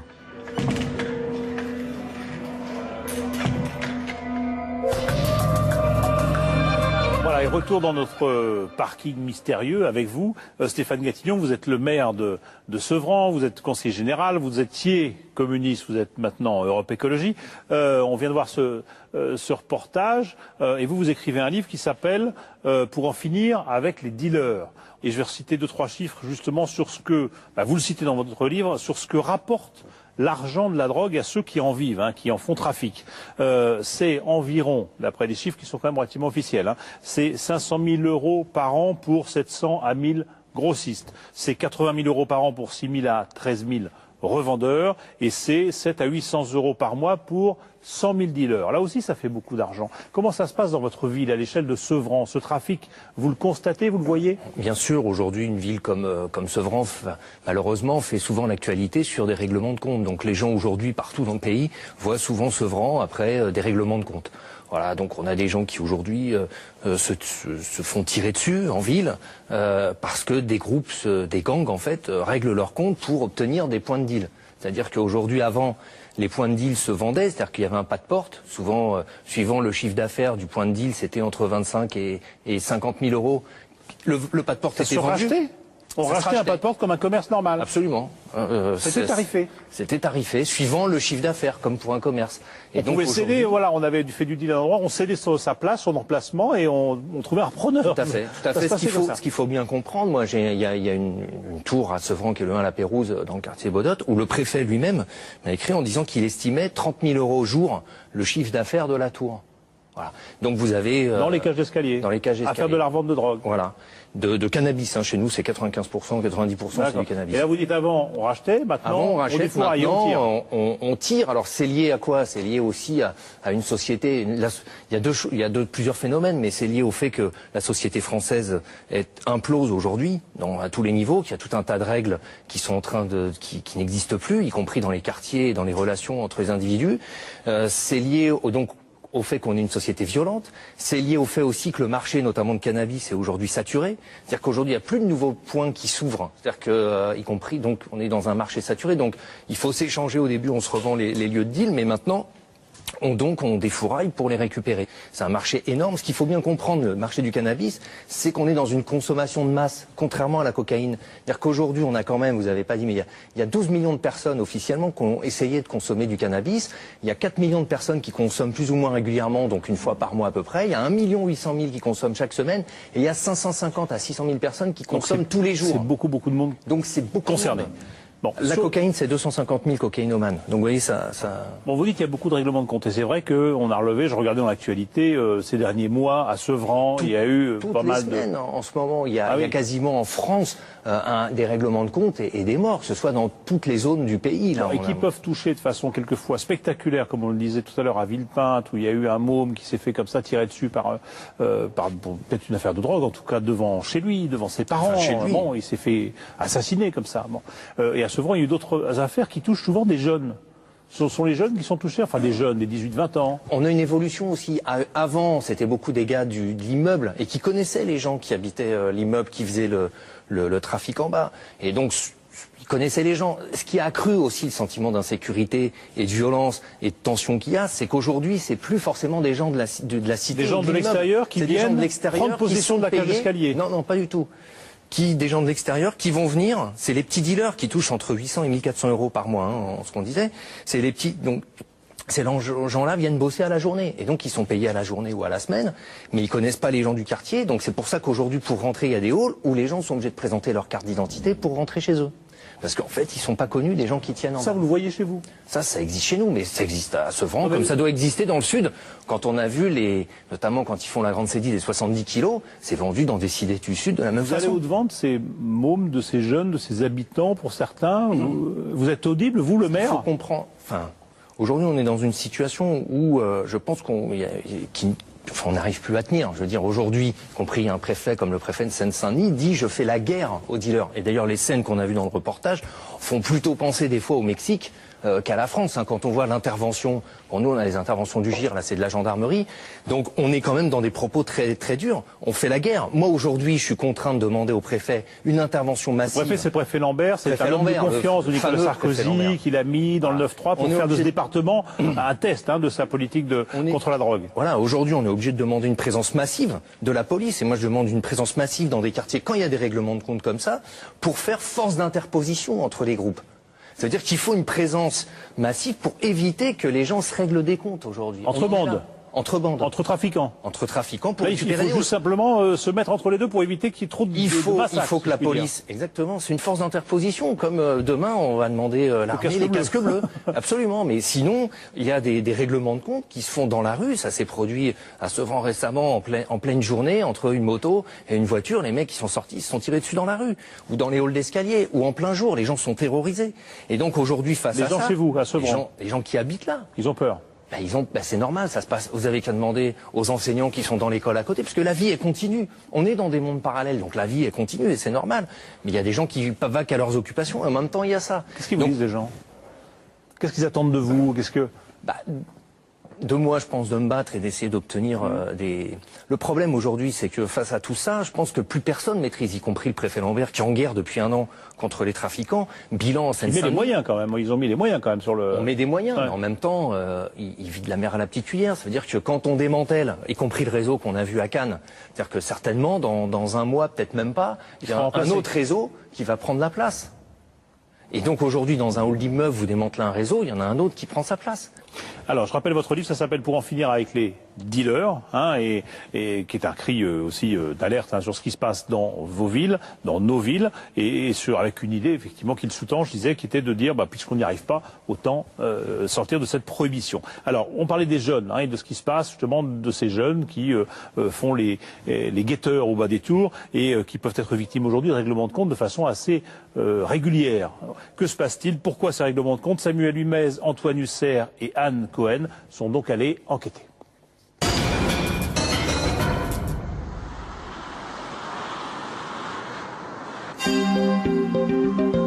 Les quartiers nord de Marseille.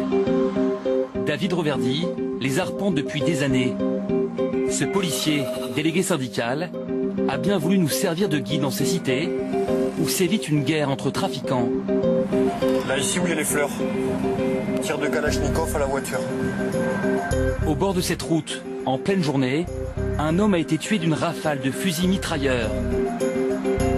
Et 500 mètres plus loin, un autre exemple. Ici, là, sur le milieu de la chaussée, on a enregistré un règlement de compte sanglant parce qu'il y a eu énormément de douilles de tirées de différents calibres.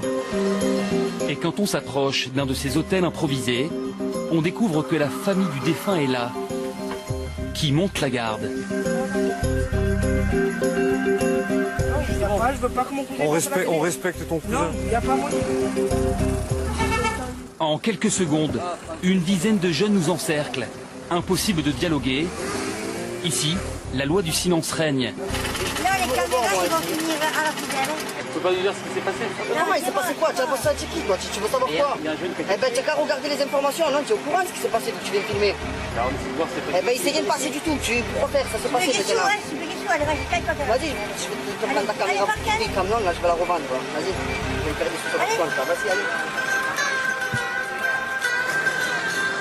Depuis un an à Marseille, 14 morts sur fond de trafic de drogue et des victimes de plus en plus jeunes.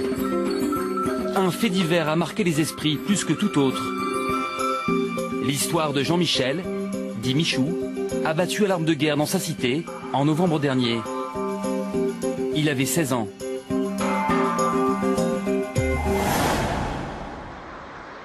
Avec notre policier, nous sommes retournés sur les lieux du meurtre. Ici, dans le quartier du Clos-la-Rose. 7 mois après le drame, sur les murs, les stigmates de la fusillade sont toujours là. Voilà, donc on arrive au fameux bâtiment.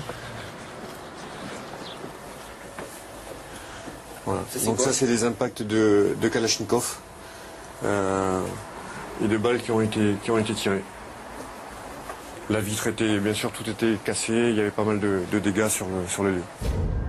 Une stèle à la mémoire du jeune homme a été posée au pied de l'immeuble, à l'endroit même où il est mort. Il est minuit ce 19 novembre 2010, lorsque 2 voitures s'engouffrent dans la cité. À leur bord, un commando masqué armé de Kalachnikov. Il tire une première rafale sur Jean-Michel, assis devant ce mur. Il s'effondre et meurt quelques minutes plus tard. Les tueurs contournent le bâtiment et tirent une seconde rafale devant ce hall, au moment où un garçon de 11 ans sort de l'immeuble. Il est grièvement blessé. Pour les enquêteurs, aucun doute, c'est un règlement de compte lié à la drogue. 4 mois plus tôt, un trafic de cannabis avait été démantelé au même endroit. Le lendemain du décès, malheureux, parce que ça reste un mineur et qu'on est tous sous le coup de l'émotion malgré tout, le trafic reprenait, puisque tout le monde avait repris sa place. Soudain, David Reverdy s'interrompt. Un adolescent surgit de la cage d'escalier. Non, filme pas. T'inquiète pas. La famille est au courant, il n'y a pas d'histoire. On n'est pas là pour remuer la merde. Lève ta caméra, tu comprends pas. Il est à peine 7 h en ce samedi matin. Le jeune homme s'installe tranquillement à son poste, sur cette chaise juste en face de l'immeuble. Je peux lui dire pourquoi t'es là à 7 h du matin Travail, ton moto. Hein T'attends. Mais 7 h du matin, c'est quand même étonnant. On va aller faire les courses.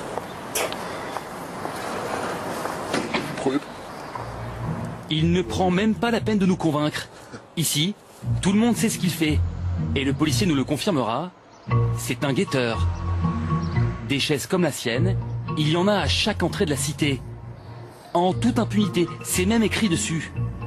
Le travail des guetteurs, prévenir les dealers quand la police arrive. Un job confié aux plus jeunes pour 50 à 100 € par jour. Jean-Michel a-t-il été tué parce qu'il guettait ce soir-là? Dans la cité, les habitants se posent la question et vivent dans la peur de ces règlements de compte. Moi j'ai mes propres enfants qui veulent même pas que je reste là. Pourquoi? Parce qu'ils me disent une balle perdue, tu es au mauvais endroit, au mauvais moment. Ça peut arriver. Maintenant, on se croirait dans les gangs de l'Amérique presque. On en arrive presque là. On vit avec la peur de se faire tuer. Moi, pourtant, j'ai rien à voir, mais c'est un quartier chaud. Moi, je veux partir. Partir à l'autre bout de Marseille. C'est dans cette cité paisible que les parents de Jean-Michel ont trouvé refuge juste après le drame. Hantés par sa mort, ils ont tenu à s'éloigner de leur ancien quartier. Pour témoigner, Georges porte une photo de son fils sur son t-shirt. On ne peut pas ouvrir les fenêtres et on sait que notre fils a été tué, assassiné. Sous notre fenêtre, il faudrait quoi? On serait obligé de partir. C'est un crack. Et c'est plus tranquille ici. Aujourd'hui, ils veulent à tout prix protéger la mémoire de leur fils. Pour eux, Jean-Michel était un garçon calme, bon vivant, fan de foot et de boxe thaï. Un adolescent ordinaire, loin de la réputation de voyou qu'on lui prête depuis le drame. Il sortait, oui, il sortait, il allait en boîte, il allait dans des soirées, il allait au cinéma, mais voilà quoi, c'était pas un dealer. Et il ne restait jamais en bas? En bas, il ne restait... Il discutait en bas avec ses collègues, comme on vous dit. Alors, il est à la maison, il descend, comme moi je descends dehors, je vois un ami, comment tu vas, voilà, il discute entre eux. Et à cette occasion-là, il ne pouvait pas avoir de mauvaise fréquentation et être entraîné dans quelque chose de... Non, non, parce qu'il savait très bien ce qu'il faisait, donc il n'était pas comme ça. Quand il descendait, il se mettait devant la fenêtre, il s'assoyait sur le petit muret, ils écoutaient la musique, ils discutaient entre eux, puis après ils remontaient. Des parents incapables de voir leur fils autrement que comme une victime innocente. Pourtant, selon les enquêteurs, Jean-Michel avait bel et bien le profil d'un guetteur. Et c'est pour cela qu'il aurait été tué, d'après Jacques Dallest, procureur de la République à Marseille. En s'attaquant à un petit maillon du trafic, les tueurs ont sans doute voulu intimider le réseau tout entier. Aujourd'hui, on va tuer parce que c'est un ennemi, que c'est un dealer, c'est un revendeur d'un clan adverse qu'il faut exécuter pour montrer qu'on est maître chez soi. C'est pas tellement le préjudice financier, c'est l'idée que tu m'as manqué. Tu m'as trahi, tu es un ennemi, et donc je perds la face, et pour ne pas perdre la face, je t'exécute. Vous voyez la logique? Et c'est ça qui est inquiétant. C'est-à-dire que le mobile, le motif, est sans rapport avec la gravité des faits. Au Clos la Rose, Jean-Michel serait donc mort pour quelques kilos de cannabis. Mais comment expliquer que l'on tue si facilement dans ces quartiers? Nous sommes allés voir un expert en affaires criminelles à Marseille, Maître Benedetti. Il est avocat et défend des auteurs de règlements de compte. Pour lui, victimes et meurtriers ont des parcours similaires. Aujourd'hui, les auteurs des crimes ont le même profil que les victimes, des profils de jeunes individus qui sont en marge du système scolaire, en marge de l'insertion professionnelle, qui, pour la plupart, n'ont pas des casiers judiciaires fournis. On n'a pas conscience du fait qu'on ôte la vie. On appuie sur un pistolet mitrailleur, un peu peut-être comme dans un jeu vidéo, et on se rend compte après coup des dommages qu'on a causés. Les jeux vidéo et le cinéma comme source d'inspiration, avec un modèle qui fascine les apprentis criminels dans ces cités. Le film Scarface et son héros Tony Montana, truand survolté, adepte du fusil mitrailleur.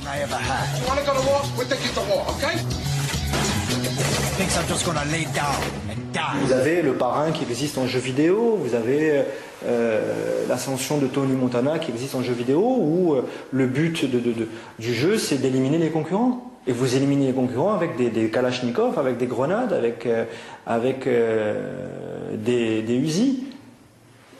Et finalement, c'est ce qu'on voit dans nos quartiers. Du virtuel au réel, il n'y a qu'un pas.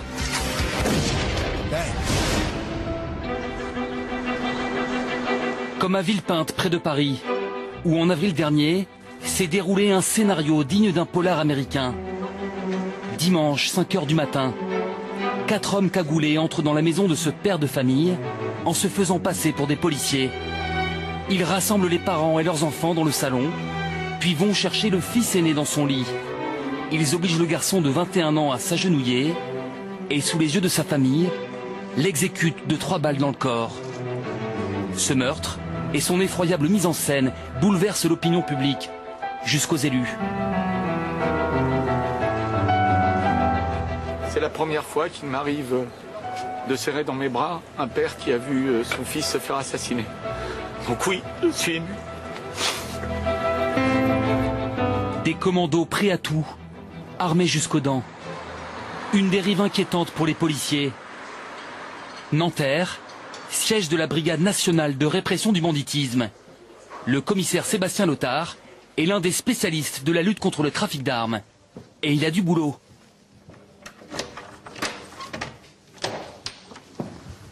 Voici l'artillerie que ces équipes dénichent dans les cités sensibles. Des pistolets automatiques, un lance-roquettes et la nouvelle tendance, la Kalachnikov. Elle déferle des Balkans depuis les années 90 et aujourd'hui, elle circule dans les banlieues pour à peine 1 000 €. Il y a effectivement des réseaux, des filières d'approvisionnement qu'on s'attelle à identifier et à éradiquer. Et il y a aussi surtout une demande très forte de la part de ces jeunes qui veulent le mythe de la Kalachnikov, avoir la possession du mythe de la Kalachnikov, comme ils ont pu le vivre en utilisant des jeux vidéo. Ils veulent le vivre maintenant, l'avoir en main pour l'utiliser sur les affaires à eux, qu'elles soient des affaires de braquage ou des affaires de règlement de compte. Une arme très dangereuse, il suffit de regarder la taille du calibre pour s'en convaincre. Et ensuite on va comparer avec une cartouche de 9 mm pour une arme de poing classique. Voilà, je pense que là c'est la mort au tournant, il n'y a pas de difficulté là-dessus. Ce type d'arme qui pénètre dans un corps humain, c'est des dégâts irréversibles. Ces armes se retrouvent désormais entre les mains de gamins. Comme ici dans cette cité d'Argenteuil.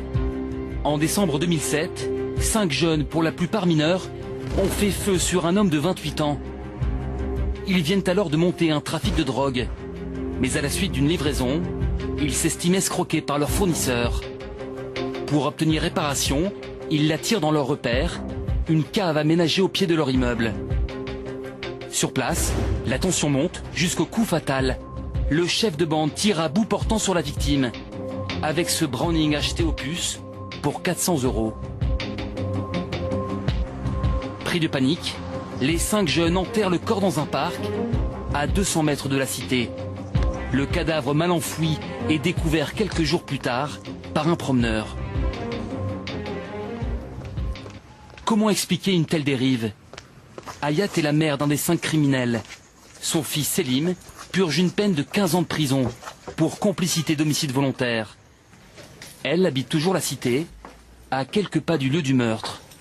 Une cave où Selim et ses copains s'enfermaient tous les soirs. Aujourd'hui encore, Hayat est incapable de comprendre ce qui s'est passé. Je sais qu'il y avait un local avec une télé, un fauteuil, une PlayStation. Il y avait c'était un petit coin pour les petits jeunes de la cité, mais bon, pas spécialement mon fils, hein, il y avait beaucoup de jeunes. Mais nous, on n'avait pas le droit de rentrer, les mamans, surtout pas. Pourquoi? Surtout pas. Parce que c'est leur territoire à eux. Ils s'amusaient entre jeunes, et puis voilà. Et alors, vous ne vous inquiétez pas? Bah non, pour moi, c'était une salle de jeu. Ah, moi, j'étais contente, au contraire. J'ai dit, ah, bah, ils sont pas loin de la maison, ils sont à côté, non. Moi, j'ai rien vu venir du tout. Cette ancienne auxiliaire de vie a éduqué seule ses 6 enfants, comme elle a pu. Ouais, bah ça c'est la dernière photo que j'ai de lui, étant grand. Il a quel âge là? 17 ans. Avant la prison, Selim était en terminale.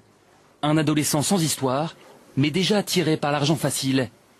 Puis c'est l'engrenage. En 3 mois, Selim et ses copains s'improvisent dealers, montent leur petit trafic. Pour se faire respecter par les plus grands, ils se donnent des airs de caïd. Attendez, si vous arrivez dans la cité, vous vous laissez faire, c'est tout de suite, vous êtes, comment dire, un petit peu heureux et tout ça. Eux, ils voulaient pas faire montrer qu'ils avaient peur, peut-être. Hein. Qu'est-ce qui s'est passé d'après vous? Bah d'après moi je vois pas d'explication. Et pourquoi ils avaient une arme? Bah pour jouer les durs. Enfin des durs si on veut. Hein. Attendez, au tribunal, ils pleuraient tous. Hein. Ouais. Ils pleuraient tous, hein, comme des bébés. Hein. J'y étais. Hein. Ils demandaient tous pardon et ils n'avaient même pas la conscience de ce qu'ils avaient fait. Mais pour une affaire élucidée et jugée, combien d'autres où les auteurs courent toujours?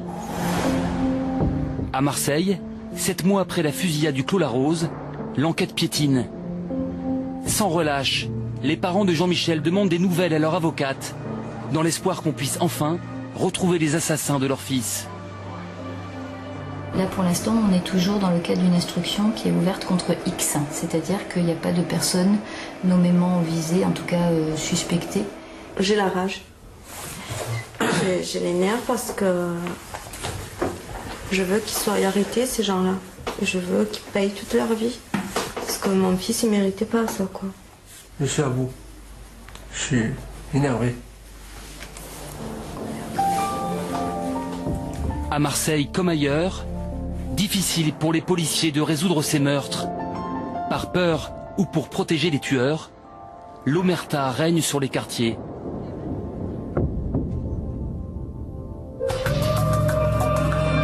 Voilà, et nous voici dans un très beau décor avec vous, Bruno Mesrine, le fils de Jacques Mesrine. Et là, on est à l'écluse des Récollets, pardon, sur le canal Saint-Martin. Je remercie d'ailleurs les canaux de Paris qui nous laissent être là à cette heure-ci.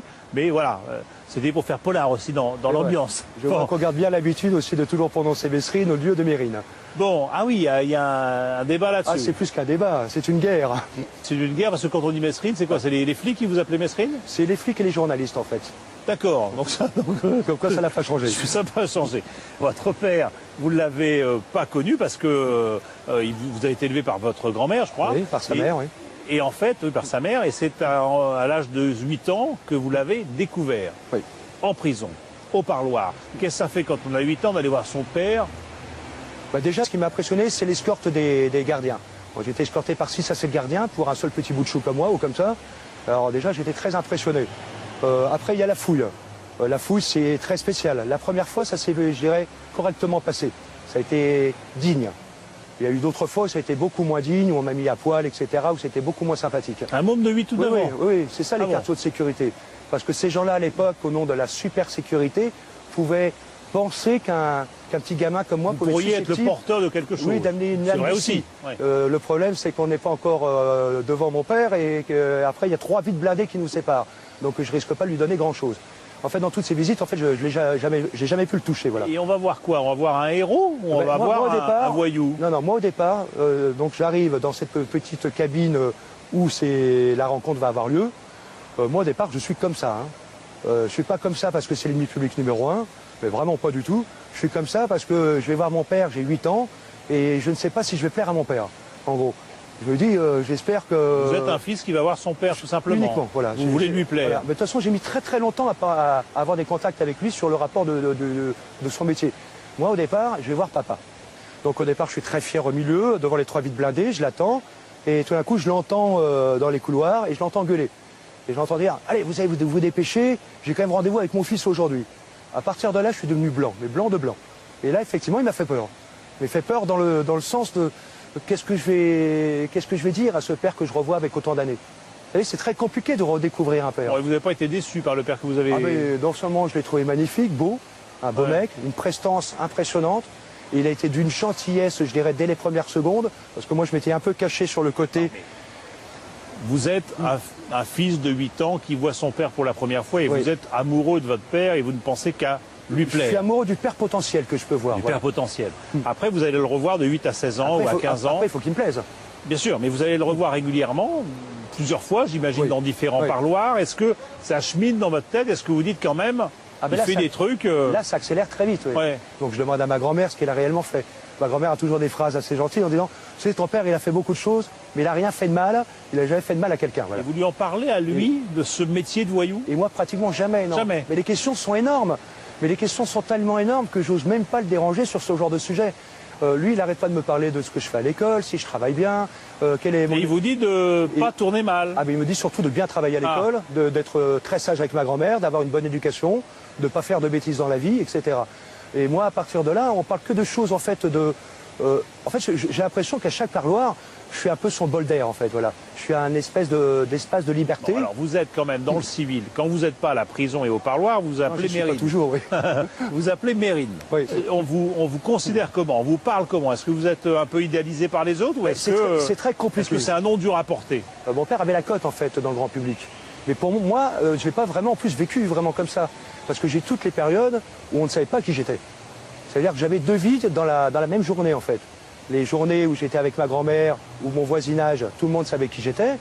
Là, c'est pas un gros souci parce que ces gens-là, la plupart avaient connu mon père étant jeune et apprécié. Alors qui, à l'école, on ne savait pas qui c'était, qui vous étiez? Vous aviez un autre nom? À l'école, j'avais un autre nom, oui. Dans presque toutes les écoles. Les gamins jouaient à mon père dans le cours de récréation. Tous les gamins étaient fous de mon père. Moi, j'étais comme les autres gamins. Il n'y a pas de raison. Et vous jouiez à Mérine aussi? Je jouais à Mérine. Sans leur dire que vous étiez Mérine. Voilà, c'est ça le problème. Ah oui, c'est assez particulier. Comment voulez-vous que je me retrouve pas de chaque côté un peu bloqué? Vous en êtes fier de ce nom aujourd'hui? J'ai pas en avoir honte de toute façon déjà pour commencer, parce qu'il a peut-être totalement, je dirais, déconné sur l'éducation de ses enfants, sur de ne pas les avoir surveillés, de ne pas avoir été là en fait, de ne pas avoir été présent. Mais en attendant, voilà, il est resté dans l'histoire.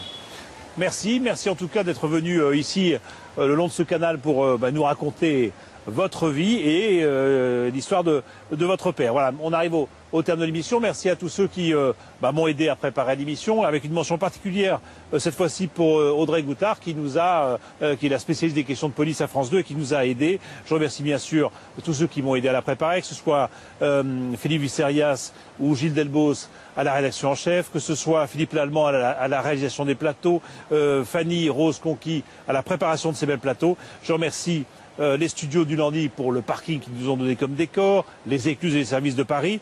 Je vous dis que vous disposez bien sûr toujours de notre site internet pour nous faire part de vos critiques et de vos suggestions, que la semaine prochaine, vous retrouverez Yves Calvi pour mots croisés, que nous, dans 15 jours, nous serons juste le jour où commencera la véritable instruction de l'affaire Strauss-Kahn à New York. Et donc, nous consacrerons toute l'émission au fond du dossier. Voilà, mais la soirée n'est pas finie et je vous laisse bien sûr avec le journal sur France 2.